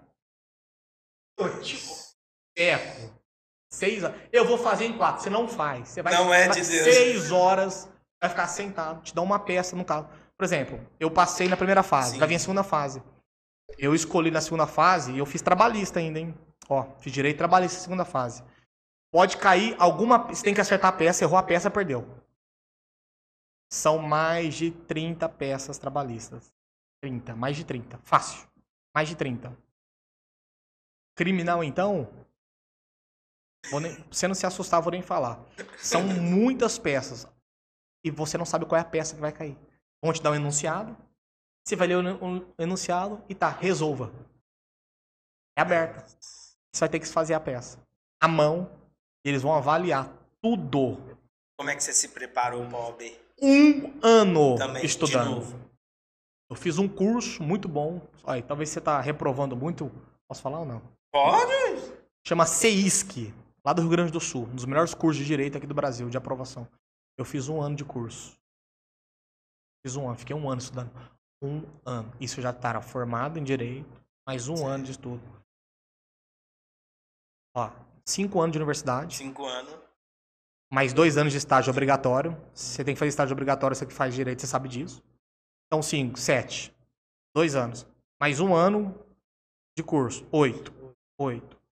Quase 9 anos eu fiquei estudando para me formar na área. Passei na prova da OAB.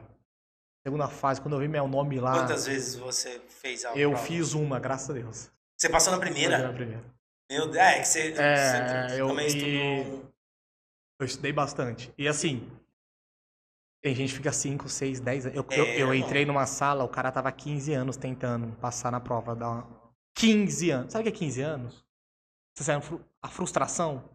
Porque tem gente que reprova. Ai, os alunos do ano passado se matou porque reprovou. A pressão da família é muito grande. Eu paguei tua faculdade, você tem que virar advogado. Você vai virar advogado? Você não passa, meu amigo, já vira 1 milhão. A cobrança. Ei, cadê sua carteirinha? Quando chega? Que não sei. Aí depois eu passei.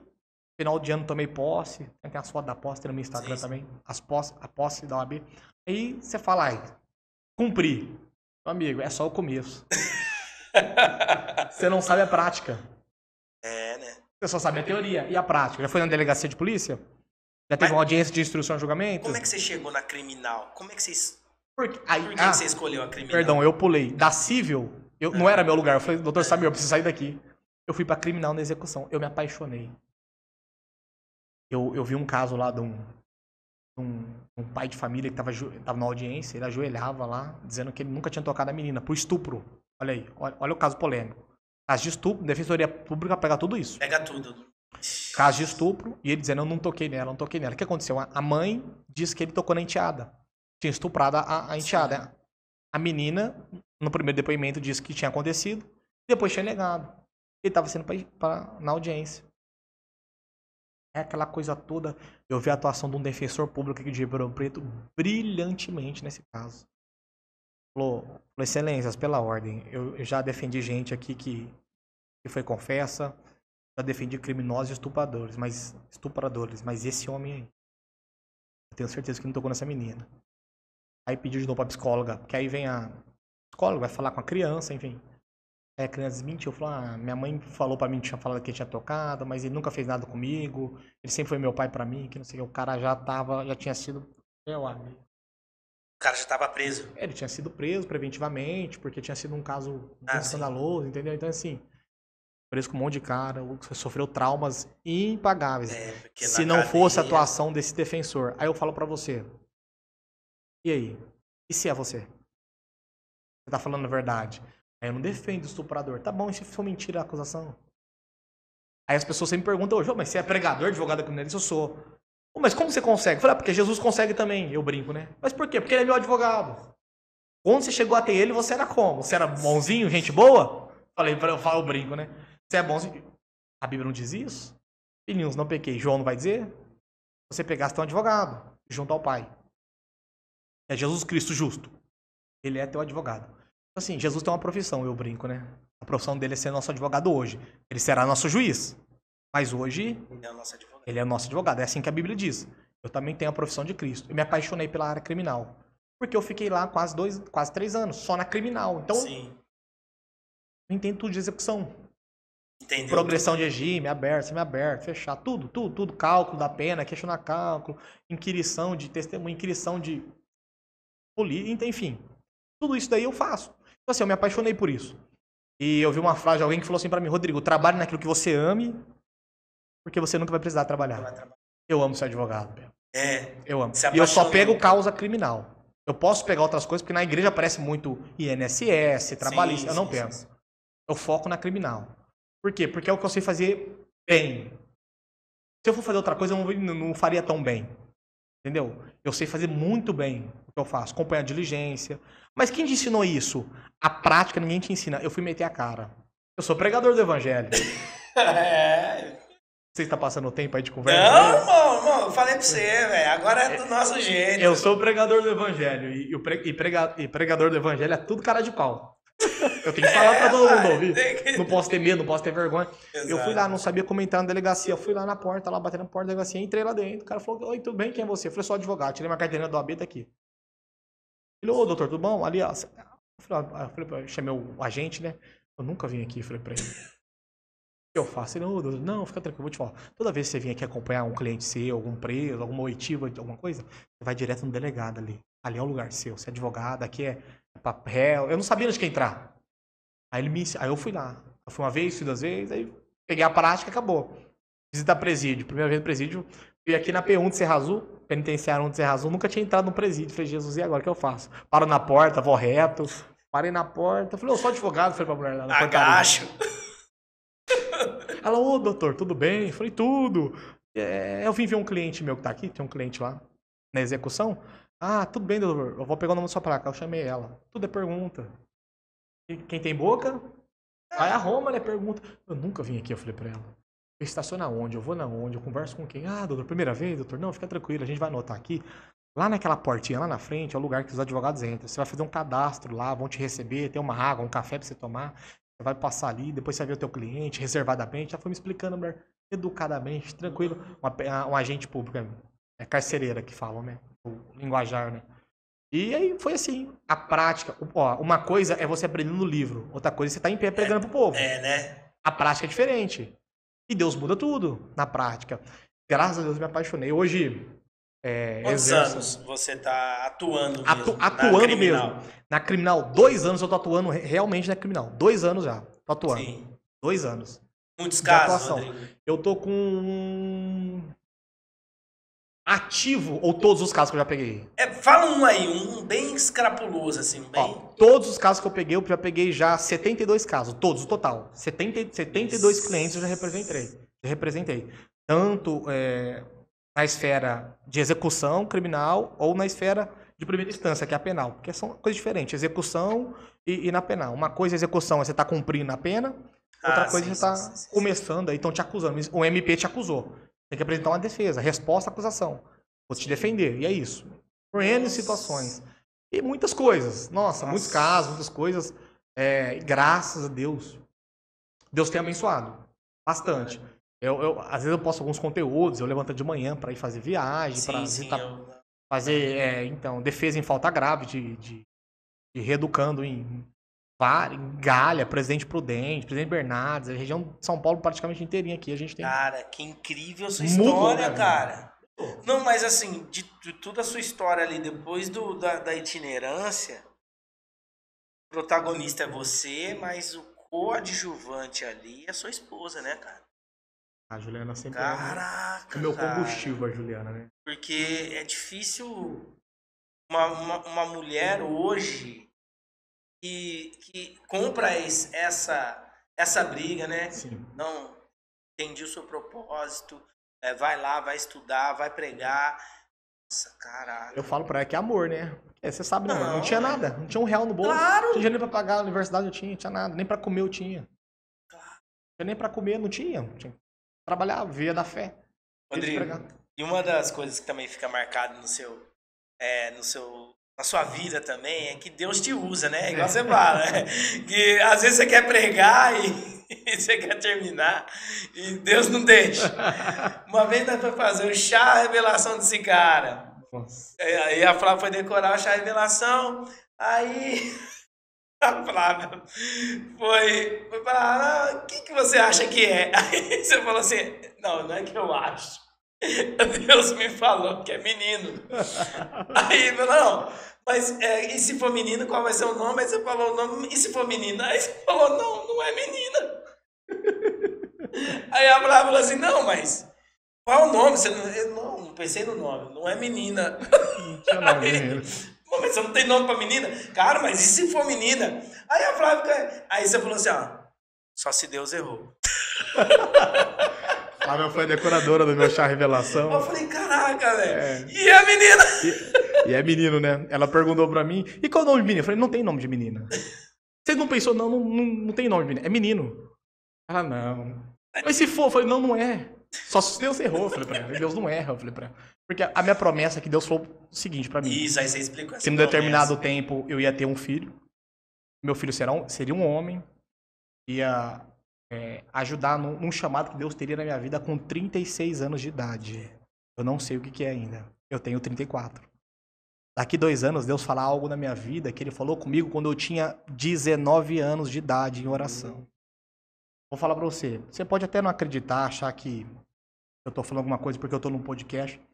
Eu não preciso disso. Se você me conhecesse um pouco da história minha, com 19 anos, Deus falou passo a passo da minha vida. Obviamente que não falou tudo, mas os passos mais importantes da minha vida, que eu ia conhecer alguém que mudaria a minha vida, e que Deus não deveria nada pra ninguém, que Deus mudaria meu ofício. Meu ofício é trabalho, eu era mototáxi. Com 19 anos eu não era mototáxi ainda, eu era jogador de futebol, tava terminando pra virar um mototáxi. Sim. Eu tava voltando, encerrando a minha carreira, 18 para 19, pra virar um mototáxi.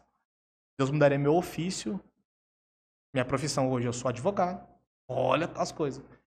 E daqui a determinado tempo, Deus faria algo na minha vida. Eu tenho 34 anos. O que Deus vai fazer daqui 2 anos? Eu não sei. A gente só sabe que é bom, perfeito. E agradável. Eu tô aqui pra receber. Eu creio. Tô aqui pra crer. Rodrigo, que massa ouvir seu testemunho. Eu fiquei surpreendido, cara, porque tinha coisa que eu não sabia, cara. Sim. Meu Deus, jogador... Mototáxi, pregador. Meu Deus. E agora advogado. Advogado, cara. Que lindo seu testemunho. Quem sabe eu não volto daqui 2 anos? Desculpa cortar. É lógico, é lógico. Aí, você lembra? É lógico. Não, agora o que tá acontecendo? Eu sou isso daqui. Tá gravado, irmão. Tá gravado. Você falou. Ó, hoje o Rodrigo tá falando, nós estamos em 2025. Daqui 2 anos ele falou que Deus falou que com 36 anos Deus vai fazer algo na vida dele. O que é? É bom, perfeito e agradável. É a única coisa que a gente sabe. Cara, que bom ter esse tempo de conversa com você. E, cara, agora para a gente encerrar, eu queria que você contasse uma experiência que Deus te usou assim, que você lembre. Uma coisa que Deus te usou para falar com alguém. Tipo assim, igual daquela menina do mototáxi, pra gente encerrar, uma história que Deus te usou assim. Pode ser uma experiência mais sobrenatural? Que sim, é sobrenatural. Eu quero a sobrenatural mesmo. É que se eu for falar da qual Deus me usou, tem muita gente aí que aconteceu muitas coisas, mas assim, nós estávamos no monte orando, nós fizemos uma campanha de 21 dias de oração. As campanhas de Daniel, sempre baseado em Daniel, que orou 21 dias, enfim. Nós estamos há 21 dias de oração. Lá no monte, no vale, e a oração era da meia-noite às 3 da manhã, meia-noite às 3, meia-noite às 3, meia-noite às 3. Então era 21 dias seguidos, segunda, terça, quarta, quinta, da meia-noite às 3. Somente 3 horas de oração, nós orávamos no monte e ia embora. E foi determinado amigo comigo nesse monte orar. Sim. Vou até citar o nome dele, chama Wesley. Eu acho que lá do Valentina Figueiredo. Tô citando nomes aqui porque é realmente a história. Não, é pra galera assistir. Pra galera assistir. Quem sabe ele não assiste, ele sabe do que eu tô falando. E esse determinado amigo passou por algo que não deveria passar. Sim. E ele foi pro monte com a gente. E nós chegamos lá no monte, aquela coisa ruim. 2 da manhã, nós oramos. Sabe quando você ora, sente a presença do inimigo lá? Tava eu, esse Wesley, mais um pastor e um amigo meu. São 4 pessoas. E uma presença ruim. uma presença ruim. E se ouvir, você que vai no monte, você sabe que se você ouvir mato quebrando, essas coisas é a coisa mais normal que tem, porque quebra muito mato, tem bicho que anda lá no meio do mato, enfim. Sim, sim. É a coisa mais normal. Isso aí não incomoda nem um pouco. A gente continua a oração. Só que aconteceu de vir um vento lá dentro. Esse vento nos assustou, que ventou tão forte que um galho quebrou, o galho da árvore quebrou e caiu em cima da gente. Orando lá, nós estávamos embaixo, um galho grandão caiu e bateu nesse determinado amigo meu. Esse amigo meu caiu no chão. Um galho em cima dele.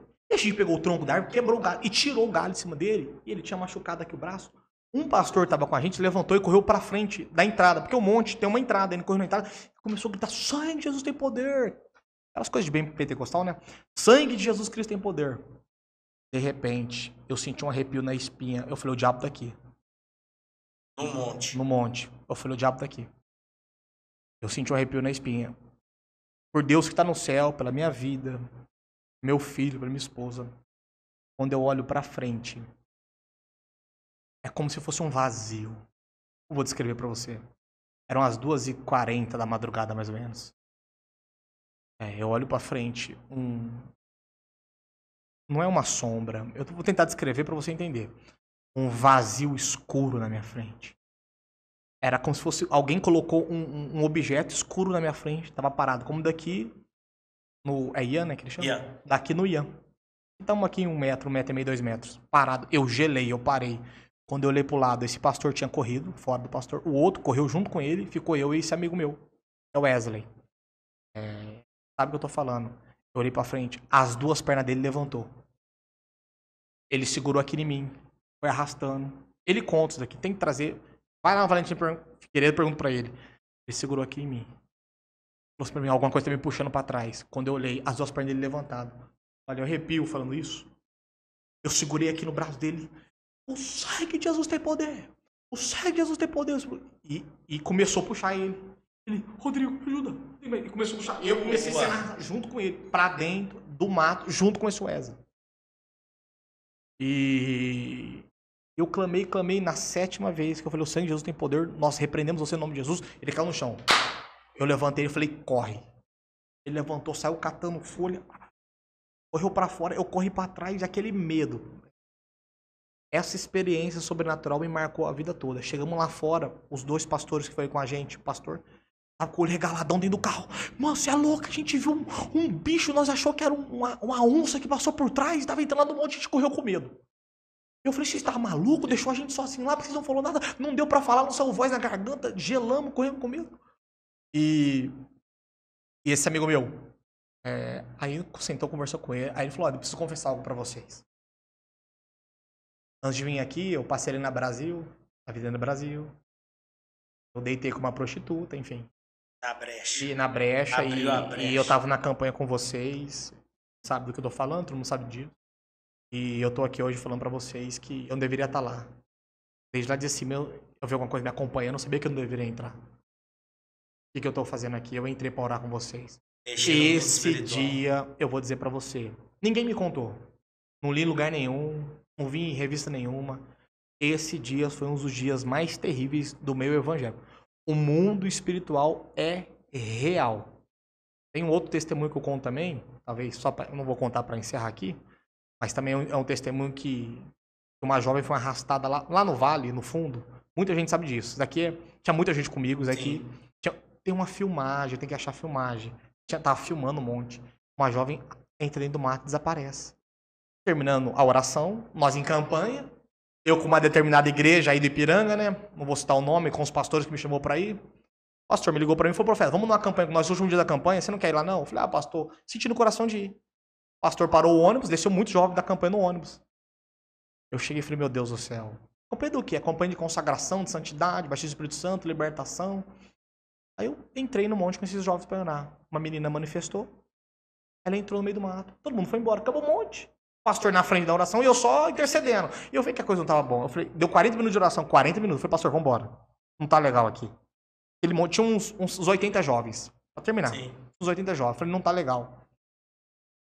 Pastor, vambora. Foi todo mundo embora. Chegando aí no ônibus que o pastor fretou, ele começou a contar. A conta, né? No ônibus. Foi muita gente de carro, né? Aí, mas Não fechava. no ônibus a conta não fechava. Acho que no ônibus tinha 38 ou 39 pessoas somente. 37, 38 pessoas. A conta não fechava. Tá faltando uma pessoa. E ninguém saiu, ninguém podia sair. Aí foi nos carros, ver se tava no carro, não tava a pessoa. Cadê a menina? Cadê a menina? Meu Deus. A menina manifestou e entrou pro meio do mato. Ficou lá embaixo. Pastor, cadê a menina? E o desespero começou. Cadê a menina? Cadê fulano? Será que foi embora? Ligou pra mãe não tá aqui. O pastor ligou o celular dela chama e cai. Chama e cai. Chama e cai. O pastor virou assim e falou pra mim: eu nunca vi isso. Eu não vou entrar. Eu falei, pastor, mas o senhor não tá na direção do monte? Mas eu chamei você. Olha, ele jogou a responsabilidade pra mim. Eu chamei você. Todo mundo sabe dessa história. Pra terminar, Pé. Eu falei, pastor, eu vou lá. Eu sei que ela tá lá. Lá dentro, ela tá manifestada. Eu vou, mas quando eu sair daqui, quero falar separadamente do pessoal com o senhor. Pastor daí de uma igreja em Ipiranga aí, grande aí. Desci, fui lá no monte, cheguei no monte, ninguém. Escurão. Falei, Deus, me mostra, me revela onde tá essa mulher. De repente o Espírito Santo falou comigo, abre os seus olhos. Eu vi uma luz, entrou no meio do mato. Eu segui aquela luz. Flash Ruiz. Eu tô andando, eu andei, eu descobri que lá no vale tem uma lagoa. Nesse dia, eu andei mais ou menos ali pra dentro do monte, uns 150 metros. Porque o vale é o seguinte, você já foi no vale orar? Nunca foi, né? Não lembro. É uma descida, é um vale. É uma descida e você tem uma descida grande. Só fui na cordinha. E eu entrando no meio do monte, andando, depois eu tô vendo meu pé. Eu sempre oro com uma bota, eu levo uma bota pra orar. Eu tô vendo, água, eu pisando na água. Peguei a lanterna do meu celular, clareei pra ficar claro, né? Depois andando no celular, apagou. Pum. Do nada. Eu olhei assim, meu celular apagou. Falei, será que acabou a bateria do meu celular? Eu pensei comigo, uma escuridão, via de um lado. E a luz na frente. E eu segui nessa luz. Eu entendi que aquilo era uma voz do Espírito Santo, tá me mostrando. E eu segui nessa luz, Peco. Eu seguindo pra frente. De repente, a água tava aqui no meu joelho já. Eu tava entrando dentro de uma lagoa. Eu ouvi. Alguém andando no meio do mato, arrastando o mato. Falei, pronto, será que uma sucuri? Já pensei comigo, né? Será que uma sucuri vai vir aqui? Escuro, escuro. De repente eu ouço assim alguém soprou alguma coisa. Eu olhei pro lado. Diante do Espírito Santo de Deus. Eu tremi meu osso. É uma dor no osso que você sente. Senti uma dor no osso. Medo. A menina, extremo. A Bíblia diz, quem tem fé não tem medo. Mas ali, gente, eu vou falar, a situação ali, eu tava ali pela graça de Deus. Eu olhei pro lado da menina do meu lado, com o olho virado, no escuridão. Como que eu olhei o olho? Eu vi assim a bola branca do olho dela. Eu cheguei perto dela e o diabo falou assim pra mim, você tá com medo? Todo mundo vale, que foi muita gente comigo que sabe dessa história. Todo mundo. Pergunta das pessoas que foram comigo no vale, sabe dessa. Tinha gente que foi comigo lá. Israel Lacerda. Israel tava? Sabe disso. Pergunta pro Israel Lacerda dessa cena aí. Israel, pergunta pro Israel Lacerda. Tremi. Falei. Ele falou pra mim, você tá com medo? Ela é minha. Falei, eu te repreendo agora. Eu coloquei a mão na cabeça aqui do lado. Ele tava do meu lado. A água quase no joelho aqui na canela. Ela manifestou. Expulsei, não me sai. Ela desmaiou a menina. Pô, no meu braço. Pastor, eu demorei 1 hora pra sair com a menina de lá. Porque ninguém descia, tava encharcado. Eu peguei a menina no braço. Eu andava um pouco. A menina desmaiada, não acordava, não parava. Andava um pouco, cansado, tá muito cansado. Andar no meio daqueles matos encharcados, levando ela, cansado. Eu demorei 1 hora pra sair de lá com a menina no braço. Fui devagarzinho, levando a menina. Quando ela chegou, quando eu coloquei o pé no chão lá fora, que tava o ônibus na calçada, ela acordou. Ela assustou, menino. Falou assim, o que eu tô fazendo aqui? Onde que eu tô? Quem é você? Falou pra mim. Eu tava na minha casa. Eu tava em casa. O que eu tô fazendo aqui? Começou a chorar. Aí o pastor, calma, filha, sou eu. Não, pastor, o que você tá fazendo aqui? A menina assustou. Ou seja, ela manifestou na casa dela. O diabo foi manifestado até o monte. Junto com todo mundo. Entrou no monte. Eu descasquei esse pastor. Até hoje não fala comigo. Eu falei cada coisa pra esse pastor. Eu que ele era pastor, coisa nenhuma, porque ele não tinha visão. Eu falei, hoje eu peço perdão pro senhor. Você sabe que, ó, se o senhor vê isso. Já tentei ligar pro senhor, mandei mensagem pedindo perdão. O senhor não me respondeu, enfim. Mas assim, eu falei muita coisa pra ele. Ele deveria ter feito aquilo, ele deveria ter, entendeu? Mas eu tava muito frustrado mesmo, pelo cansaço, pela busca que eu tive, pela experiência. Isso foi uma das experiências maravilhosas também que eu passei no reino de Deus. Isso é o mundo espiritual, galera. Prazer. E é real. O mundo espiritual é real. Cara, Rodrigo, Que prazer receber você aqui. Maravilha. Valeu a pena esperar, irmão. Valeu a pena esperar. Maravilha. E eu saio desse podcast aqui, dessa conversa, com a sua frase, né? Quer poder de Deus, quer autoridade, ora, paga o preço, né? E que massa, mano, ouvir seu testemunho. E a Juliana, cara. Agora eu quero ouvir ela. Ei, Ju, vem pra cá, Ju, conversar. Agora, fazer ela e a Flávia, falar pra ela como é que é, top. A Juliana vai como contar. é o desafio de ser mulher de um itinerante. Ela tem uma experiência que ela viu. A Flávia perguntar pra ela, eu orando a Deus, um anjo descendo, ela fala isso, é maravilhoso. Pergunta pra ela. Nossa, que show de bola. Obrigado, irmão. Obrigado pelo seu tempo, obrigado pelo junto, seu sim. E tamo junto. Isso é Luz do Mundo Podcast. Rodrigo Garcia, compartilha, se inscreva no canal e tamo junto.